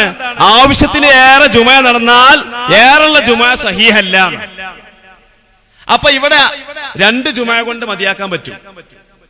എന്നിട്ടും ഫുഖഹാവ് പറയാണ് അവിടെ ഒരു പള്ളിയിൽ 2 ജുമാ നടത്തേണ്ടത്. അവിടെ പല പള്ളിയിൽ എത്ര ജുമാക്ക് ആവശ്യം വരുമോ അത്ര ജുമാ നടത്താം. അപ്പൊ ഒരു പള്ളിയിൽ തന്നെ പല ജുമാ നടത്താൻ പറ്റുകയാണെങ്കിൽ പെരിന്തൽമണ്ണയിലത്തെ 3 ജുമയും ബാത്തിലാവും, കാരണം അതിന്റെ ആവശ്യമില്ല. പൊന്നാനിയിലെ 10 ജുമയും ബാത്തിലാവും, കാരണം അതിന്റെ ആവശ്യമില്ല. കാരണം അവിടുത്തെ വലിയ പള്ളിയിൽ 2-3 ജുമ നടത്തിയ പോരെ, അസ്റാവുന്നത് വരെ സമയമുണ്ടല്ലോ. അരമണിക്കൂർ കൊണ്ടൊരു ജുമ, പിന്നെ അരമണിക്കൂർ കൊണ്ടൊരു ജുമ, പിന്നെ അരമണിക്കൂർ കൊണ്ടൊരു ജുമ, അങ്ങനെ 2-3 ജുമ നടത്തിയ ഈ 10 പള്ളിയിലത്തെ ജുമയും കൂടി ഒരു പള്ളിയിൽ നടത്താൻ പറ്റും. പക്ഷെ എന്തുകൊണ്ടത് ആൾക്കാർ നടത്തുന്നില്ല? അങ്ങനെ ഒരു സമ്പ്രദായമല്ല, അങ്ങനെ ഒരു ശൈലിയില്ല, അങ്ങനെ ഒരു ജുമ അല്ല. അതുകൊണ്ട് സമസ്തകളുടെ ജമിയത്തുൽ ഉലമ പറഞ്ഞു, അത് സംസ്ഥാനം എതിർക്കാൻ വേണ്ടി പറഞ്ഞൊന്നുമല്ല, അങ്ങനെ ജുമ നടത്താൻ പാടില്ല. അതിന്റെ ഫത്വ കമ്മിറ്റി പത്രക്കുറിപ്പിറക്കി. അപ്പോ ഇവരിറങ്ങി, ഇവര് പറഞ്ഞു പറ്റും, ആവശ്യമുണ്ടെങ്കിൽ പറ്റും. അങ്ങനെ അങ്ങോട്ടും ഇങ്ങോട്ടും പത്രപ്രസ്ഥാനം ഇറങ്ങി. അത് പണ്ഡിതന്മാരുടെ അഭിപ്രായ വ്യത്യാസമാണ്, നമ്മൾ അതിലേക്ക് കടക്കുന്നില്ല. പക്ഷേ അതിനുശേഷം ഇത് നുസ്രത്തുൽ അനാമാണ്. ഇതിന് നജീബ് മൗലവി എഴുതിയത് എന്തൊക്കെയാണ്? അദ്ദേഹം എഴുതുന്ന ഓരോ പ്രയോഗങ്ങൾ നോക്കണം. എന്താണ്? മുശാവറ അംഗങ്ങൾ ഇനിയും ധാരാളം പേരുണ്ടെങ്കിലും, അതായത് ഫത്വ കമ്മിറ്റിയിൽ അന്ന് ഉണ്ടായിരുന്നത് ഒന്ന് C Koyakutty Musliyar, Cherussery Zainuddin Musliyar, MT Abdulla Musliyar, AP Muhammad Musliyar Kumarampathur, Sayyid Jifri Muthukoya Thangal, Kottumala TM Bapu Musliyar എന്നിവരാണ്. എന്നിട്ട് ഇദ്ദേഹം എഴുതുക, മുശാവറ അംഗങ്ങൾ ഇനിയും ധാരാളം പേരുണ്ടെങ്കിലും അവരിൽ ഇവരെക്കാൾ പ്രഗത്ഭരുണ്ടെങ്കിലും മുശാവറ ചേർന്ന് ഇനി ഇത് തിരുത്താൻ വഴിയില്ല. കാരണം ആരെങ്കിലും ചോദ്യം ചെയ്യാൻ തയ്യാറായാൽ തന്നെ അവരെ അടക്കി നിർത്താൻ വേണ്ടവരുടെയൊക്കെ സാന്നിധ്യം ഈ ഫത്വ കമ്മിറ്റിയിലുണ്ട്. അപ്പോ ചെറുശ്ശേരി ഉസ്താദും കോയക്കുട്ടി ഉസ്താദിന്റെ ഒക്കെ സ്വഭാവം എന്താന്ന് വെച്ചാല്, ഞങ്ങളെ ചോദ്യം ചെയ്യാൻ പറ്റൂല, ഞങ്ങളെ ചോദ്യം ചെയ്ത് ഞങ്ങളൊക്കെ ഞങ്ങളെ അടക്കി നിർത്തും. എന്തിനാ നജീബ് മൗലവി നിങ്ങൾ ഇങ്ങനെ എഴുതുന്നത്? ആ സാത്വികരായ കോയക്കുട്ടി ഉസ്താദിനെ പോലത്തെ മഹാന്മാർ, അവരെ പറ്റി ഇങ്ങനെ എഴുതാൻ പറ്റൂ? ഇങ്ങനെ ഒരു പക്ഷപാതിത്വമുള്ള ആൾക്കാരാണ് അവര്. ദുബായിൽ ഞാൻ കഴിഞ്ഞ 2 വർഷം മുമ്പ് പോയിരുന്നു. ഞാൻ അവിടെ ചെന്നിറങ്ങി ആ ദിവസം തന്നെയാണ് കോയക്കുട്ടി ഉസ്താദ് അവിടെ നിന്ന് ഇങ്ങോട്ട് പോകുന്നത്. അവിടുത്തെ ആൾക്കാര്, ദുബായിലുള്ള നമ്മുടെ സഹോദരന്മാർ കോയക്കുട്ടി ഉസ്താദിന്റെ നിഷ്കളങ്കത കണ്ടിട്ട് അത്ഭുതപ്പെട്ടു പോയി. എന്നോട് ഒരുപാട് കാര്യങ്ങൾ പറഞ്ഞിട്ടുണ്ട് ആ മഹാനെ പറ്റി. ഇവരൊക്കെ ഇങ്ങനെ തട്ടിപ്പിന്റെയും വെട്ടിപ്പിന്റെയും ആളുകളായിട്ടല്ലേ നുസ്രത്തുൽ അനാമിൽ നിങ്ങൾ എഴുതിയത് ആ മഹാന്മാരെ പറ്റി? തീർന്നില്ല. ഈ ബുൽബുൽ ദശവാർഷിക പതിപ്പിൽ മറ്റൊരു പരാമർശം കൂടി വായിച്ചിട്ട് ഞാൻ നിർത്താം. എന്താണെന്നറിയോ? വളപുരത്തൊരു തൊലാക്ക് പ്രശ്നം ഉണ്ടായി. അന്റെ മകളെ 3 തൊലാക്കും ചൊല്ലി എന്ന് പറഞ്ഞു. തൊലാക്ക് പോയോ അല്ലേ? തൊലാക്ക് പോയി എന്ന് ആ നാട്ടിലുള്ള ഒരാൾ ഫത്വ കൊടുത്തു. ചെറുശ്ശേരി ഉസ്താദിന്റെ അടുത്ത് വന്നു. ചെറുശ്ശേരി ഉസ്താദ് പറഞ്ഞു, ആ വാചകം പൂർണ്ണമല്ല, അതുകൊണ്ട് ഇത് തലാഖിന്റെ വാചകം ആയിട്ടില്ല. കാരണം ഒരു വാചകം പൂർത്തിയാവണമെങ്കിൽ അതിന്റെ വെർബും അതിന്റെ സബ്ജക്റ്റും ഒക്കെ പൂർത്തിയാവണം. അതുകൊണ്ട് അത് ത്വലാഖ് പുറപ്പെടുവിപ്പിക്കാൻ ഉപയുക്തമായ വാചകമല്ലാത്തതുകൊണ്ട് ത്വലാഖ് പോയിട്ടില്ല. ഏപിക്കാര് പറഞ്ഞു ത്വലാഖ് പോയിട്ടുണ്ട്. പണ്ഡിതന്മാരുടെ അഭിപ്രായ വ്യത്യാസമാണ്, ഞാൻ അതിന് ഒന്നും പറയുന്നില്ല. പക്ഷേ ഏപിക്കാരെന്തോ പറഞ്ഞോട്ടെ, അന്ന് ഭയങ്കര പ്രശ്നങ്ങളുണ്ടായി, വാദപ്രതിവാദം ഉണ്ടായി. ആ മഹല്ല് ഒരുപാട് പ്രശ്നങ്ങളുണ്ടായി, വളപുരത്ത് ഇതൊക്കെ ഉണ്ടായതാണ്. പക്ഷേ അതിനെക്കുറിച്ച് നജീബ് മൗലവി എഴുതിയത് എന്താണെന്നറിയോ? ഇതൊക്കെ നിങ്ങൾ കാണണം. അദ്ദേഹം പറയാം, തലാഖ് കേസിലെ പ്രതി അയാൾക്ക് വീണ്ടും വിചാരം വന്ന് മുഫ്തിയെ സമീപിക്കുമ്പോൾ എങ്ങനെയും അവരെ രക്ഷപ്പെടുത്തുകയെന്ന ഒരു നയം 20-ാം നൂറ്റാണ്ടിന്റെ അവസാനത്തിൽ ചില ആധുനിക മുഫ്തിമാർക്കുണ്ടായി. ത്വലാഖ് പിരിച്ചു എന്ന് പറഞ്ഞാൽ ത്വലാഖ് സംഭവിക്കില്ലെന്ന ഫത്വയും, കർത്താവിനെ പറയാതിരുന്നാൽ ഒരു നിലക്കും ത്വലാഖ് സംഭവിക്കില്ലെന്ന ഫത്വയും ഈ നയത്തിന്റെ ഭാഗമായി ഉണ്ടായി തീർന്നതാണ്. അതായത് ഇയാൾ പറഞ്ഞെന്താ അറിയോ? ചെറുശ്ശേരി ഉസ്താദ് അങ്ങനെ ഫത്വ കൊടുക്കാൻ കാരണം, ഒരു ഭർത്താവ് തന്റെ ഭാര്യയെ ത്വലാഖ് ചൊല്ലി വിവാഹബന്ധം വേർപെട്ടു, കുറെ കാലം കഴിഞ്ഞപ്പോ ഭർത്താവിന് തോന്നി, പടച്ചോനെ ഞങ്ങളൊന്ന് ഒന്നിച്ച് ജീവിക്കണല്ലോ. അങ്ങനെ തോന്നുന്ന ആൾക്കാർക്ക് എങ്ങനെങ്കിലും ഒന്ന് ഒന്നിപ്പിച്ചു കൊടുക്കുക എന്നുള്ളൊരു നയാണ് സമസ്തയുടേത്. അതുകൊണ്ടാണ് ജെറുസലേം അങ്ങനെ ഫത്വ കൊടുത്തത്. അപ്പൊ എന്ത് വന്നു? തലാക്ക് പോയ തലാഖിന് അത് പോയിട്ടില്ല എന്ന് ഫത്വ കൊടുത്തിട്ട് വ്യഭിചാരത്തിന് ഫത്വ കൊടുക്കുന്ന ഒരു നയം സമസ്തക്കുണ്ട്. അപ്പൊ ഈ രൂപത്തിൽ നസ്രാണികളും ജൂതന്മാരും പഴച്ചുപോയതുപോലെ സമസ്ത പഴച്ചുപോയിരിക്കുന്നു. അതിന് കാരണം ശാഖാപരമായ വിഷയത്തിൽ തീരുമാനം 1967 എടുത്തത് കൊണ്ടാണ്. സമസ്തയുടെ നേതാക്കന്മാരൊക്കെ ഇങ്ങനെ ഈ രൂപത്തിൽ വളരെ മോശമായ ആളുകളാണ്. സമസ്ത അതിന്റെ വിദ്യാഭ്യാസ സംവിധാനം എന്ന് പറയുന്നത് അത് മഹല്ലുകളെ അടക്കി ഭരിക്കാനും അവരുടെ സ്ഥാപനങ്ങൾ തട്ടിയെടുക്കാനുമാണ്. MSRലൂടെയും അതുപോലെ ക്ഷേമനിധി പദ്ധതിയിലൂടെയും ഒക്കെ സമസ്ത മുഅല്ലിമീങ്ങളെ അല്ലെങ്കിൽ തൊഴിലാളികളെ അവരുടെ അവകാശങ്ങൾ ധ്വംസിക്കുകയാണ് എന്നൊക്കെ പറഞ്ഞിട്ട് ഇവിടെ പ്രശ്നമുണ്ടാക്കി. ഞാൻ പറഞ്ഞു നിർത്തട്ടെ. നിങ്ങൾ കേരള സംസ്ഥാന ജംഇയ്യത്തുൽ ഉലമ അതിന്റെ എന്തോ ഒരു ജൂബിലി വാർഷിക നടന്നുകൊണ്ടിരിക്കുന്നത്. അതിന്റെ ഭാഗമായിട്ട് 2 മാസത്തെ ക്യാമ്പയിൻ, മഹല്ലുകൾ ശിഥിലമാകരുത് എന്ന ക്യാമ്പയിൻ. എനിക്ക് നിങ്ങളോട് പറയാനുള്ളത്, സംസ്ഥാനക്കാരെ, നിങ്ങൾ മഹല്ലുകൾ ശിഥിലമാക്കരുത്. നിങ്ങൾ ആക്കിയതുകൊണ്ട് ആകുന്നല്ല ഞാൻ പറയുന്നത്. പക്ഷെ നിങ്ങൾ ഫിത്ന ഉണ്ടാക്കരുത്. മഹാനായ മൂസാ നബി അലൈഹിസ്സലാം തൂരിസീന പർവ്വതത്തിലേക്ക് പോയിക്കൊണ്ട് തൗറാത്ത് വാങ്ങി തിരിച്ചു വരുമ്പോഴത്തേക്ക് ബനു ഇസ്രായേലുകാര് മൂരിക്കുട്ടിയെ ആരാധിക്കാൻ വേണ്ടി തുടങ്ങി. ആ സമയത്തതാ താൻ പോറ്റി വളർത്തിയതായ തന്റെ ജനത ഏതൊരു തൗഹീദിലേക്കാണോ ഞാൻ ക്ഷണിച്ചതെങ്കിൽ ആ തൗഹീദിൽ നിന്ന് വ്യതിചലിച്ചുകൊണ്ട് ഇതാ സാമിരി ഉണ്ടാക്കിയ മൂരിക്കുട്ടിയെ ആരാധിക്കുന്നതിലേക്കും അതിന്റെ ചുറ്റും ഇത്തികാഫിരിക്കുന്നതിലേക്കും തിരിഞ്ഞിരിക്കുന്നുവല്ലോ എന്ന് മനം നൊന്തുകൊണ്ടതാ മൂസാ നബി അലൈഹിസ്സലാം മഹാനായ ഹാറൂൻ നബി അലൈഹിസ്സലാമിന്റെ താടി പിടിച്ചുകൊണ്ട് ശകാരിക്കുകയാണ്. ആ സമയത്ത് ഹാറൂൻ നബി അലൈഹിസ്സലാം പറഞ്ഞില്ലേ, യബ്ന ഉമ്മ ലാ തഖുദു ബിലിഹിയതി വറസി, എന്റെ ഉമ്മാന്റെ മോനെ, എന്റെ സഹോദരാ, എന്റെ താടിയും തലയും പിടിക്കണ്ട.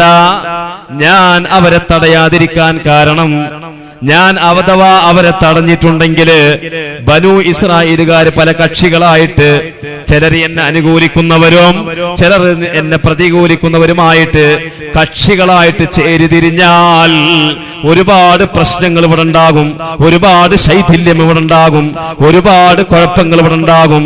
ആ കുഴപ്പം ഞാൻ ഉണ്ടാക്കിയതാണ്. ലിമ ഫറഖ്ത ബൈന ബനി ഇസ്രായീല, ബനു ഇസ്രായേലുകാരുടെ ഇടയില് നീ ചിഹ്ന ഭിന്നമാക്കിയില്ലേ എന്ന് മൂസാ, നീ അങ്ങ് എന്നോട് ചോദിക്കുമെന്ന് പേടിച്ചത് കൊണ്ടാണ് ഞാൻ അതിൽ ഇടപെടാതിരുന്നത് എന്ന് മഹാനായ ഹാറൂൻ നബി അലൈഹിസ്സലാം പ്രതികരിച്ചില്ലേ. ആളുകൾക്കിടയിൽ കുഴപ്പമുണ്ടാക്കിയിട്ട് ആളുകളുടെ മനസ്സിൽ വിശ്വാസത്തോടുകൂടി കാണുന്ന മഹത്തായ പ്രസ്ഥാനം സമസ്ത കേരള ജംഇയ്യത്തുൽ ഉലമയെ കുറിച്ച് ഇവിടുത്തെ സാധാരണക്കാരുടെ മുമ്പിൽ, ഇവിടുത്തെ ചെറുപ്പക്കാരുടെ മുമ്പിൽ, ഇവിടുത്തെ രാഷ്ട്രീയക്കാരുടെ മുമ്പിൽ, ഇവിടുത്തെ പൊതുസമൂഹത്തിന്റെ മുമ്പിൽ സമസ്ത എന്ന് പറയുന്നത് ഒരു കച്ചവട സംഘമാണ് എന്നും ആളുകളുടെ പണം തട്ടിക്കൊണ്ട് ജീവിക്കുന്ന ഒരു വിഭാഗമാണ് എന്നും കേരളം കോഴിക്കോടുള്ള 40 അംഗ സമിതി മാത്രമാണ് എന്നും ഈ രാജ്യത്തെ ജനങ്ങൾക്ക് സമസ്തയുമായിട്ട് മറ്റൊരു ബന്ധവുമൊന്നുമില്ലെന്നും അവരുടെ മദ്രസകളെല്ലാം തന്നെ നാട്ടുകാരുടെ മദ്രസയാണ്. ആ മദ്രസ സമസ്ത അധികാരം കയ്യാളുകളാണ്, കയ്യേറ്റം ചെയ്യുകയാണ്, വസ്ബ് ചെയ്യുകയാണ് എന്ന് പറഞ്ഞുകൊണ്ട് സാധാരണക്കാരുടെ ഇടയിൽ ഭിന്നിപ്പിന്റെയും വിഷഭിന്നിപ്പിന്റെ വിഷവിത്തം പാകുന്നത് നിങ്ങളുടെ ആ ക്യാമ്പയിന് മഹല്ലിന് ശിഥിലമാകരുത് എന്ന് പറഞ്ഞുകൊണ്ട് നിങ്ങൾ നടത്തുന്ന ക്യാമ്പയിൻ ഉണ്ടല്ലോ, ആ ക്യാമ്പയിൻ മഹല്ല് ശിഥിലമാക്കുന്ന ക്യാമ്പയിനാണ്. അല്ലാതെ അത് നസീഹത്തിന്റെ ക്യാമ്പയിൻ അല്ല.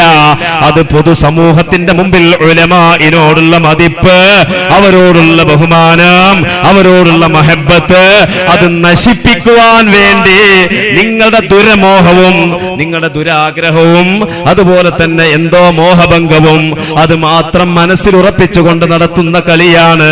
അതുകൊണ്ടാണ് നിങ്ങൾ ത്വലാഖിന്റെ വിഷയത്തിൽ സമസ്തയുടെ ആളുകളെ ഈ രൂപത്തിൽ വിമർശിച്ചത്.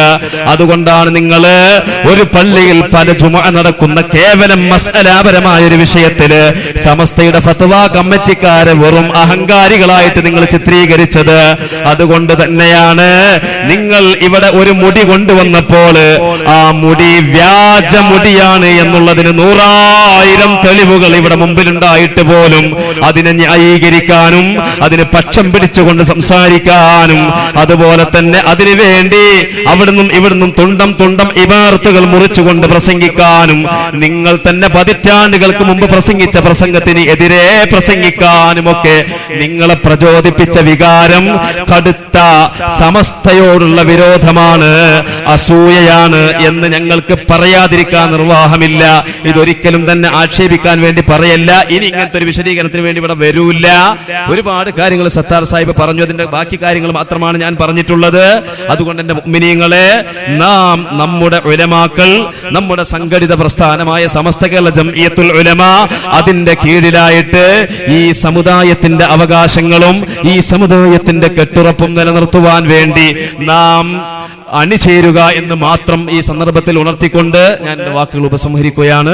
വആഖിറു ദഅ്വാനാ അൽഹംദുലില്ലാഹി റബ്ബിൽ ആലമീൻ. അല്ലാഹു നമ്മൾ പറഞ്ഞതും കേട്ടതും സ്വാലിഹായ അമലായി സ്വീകരിക്കുമാറാവട്ടെ.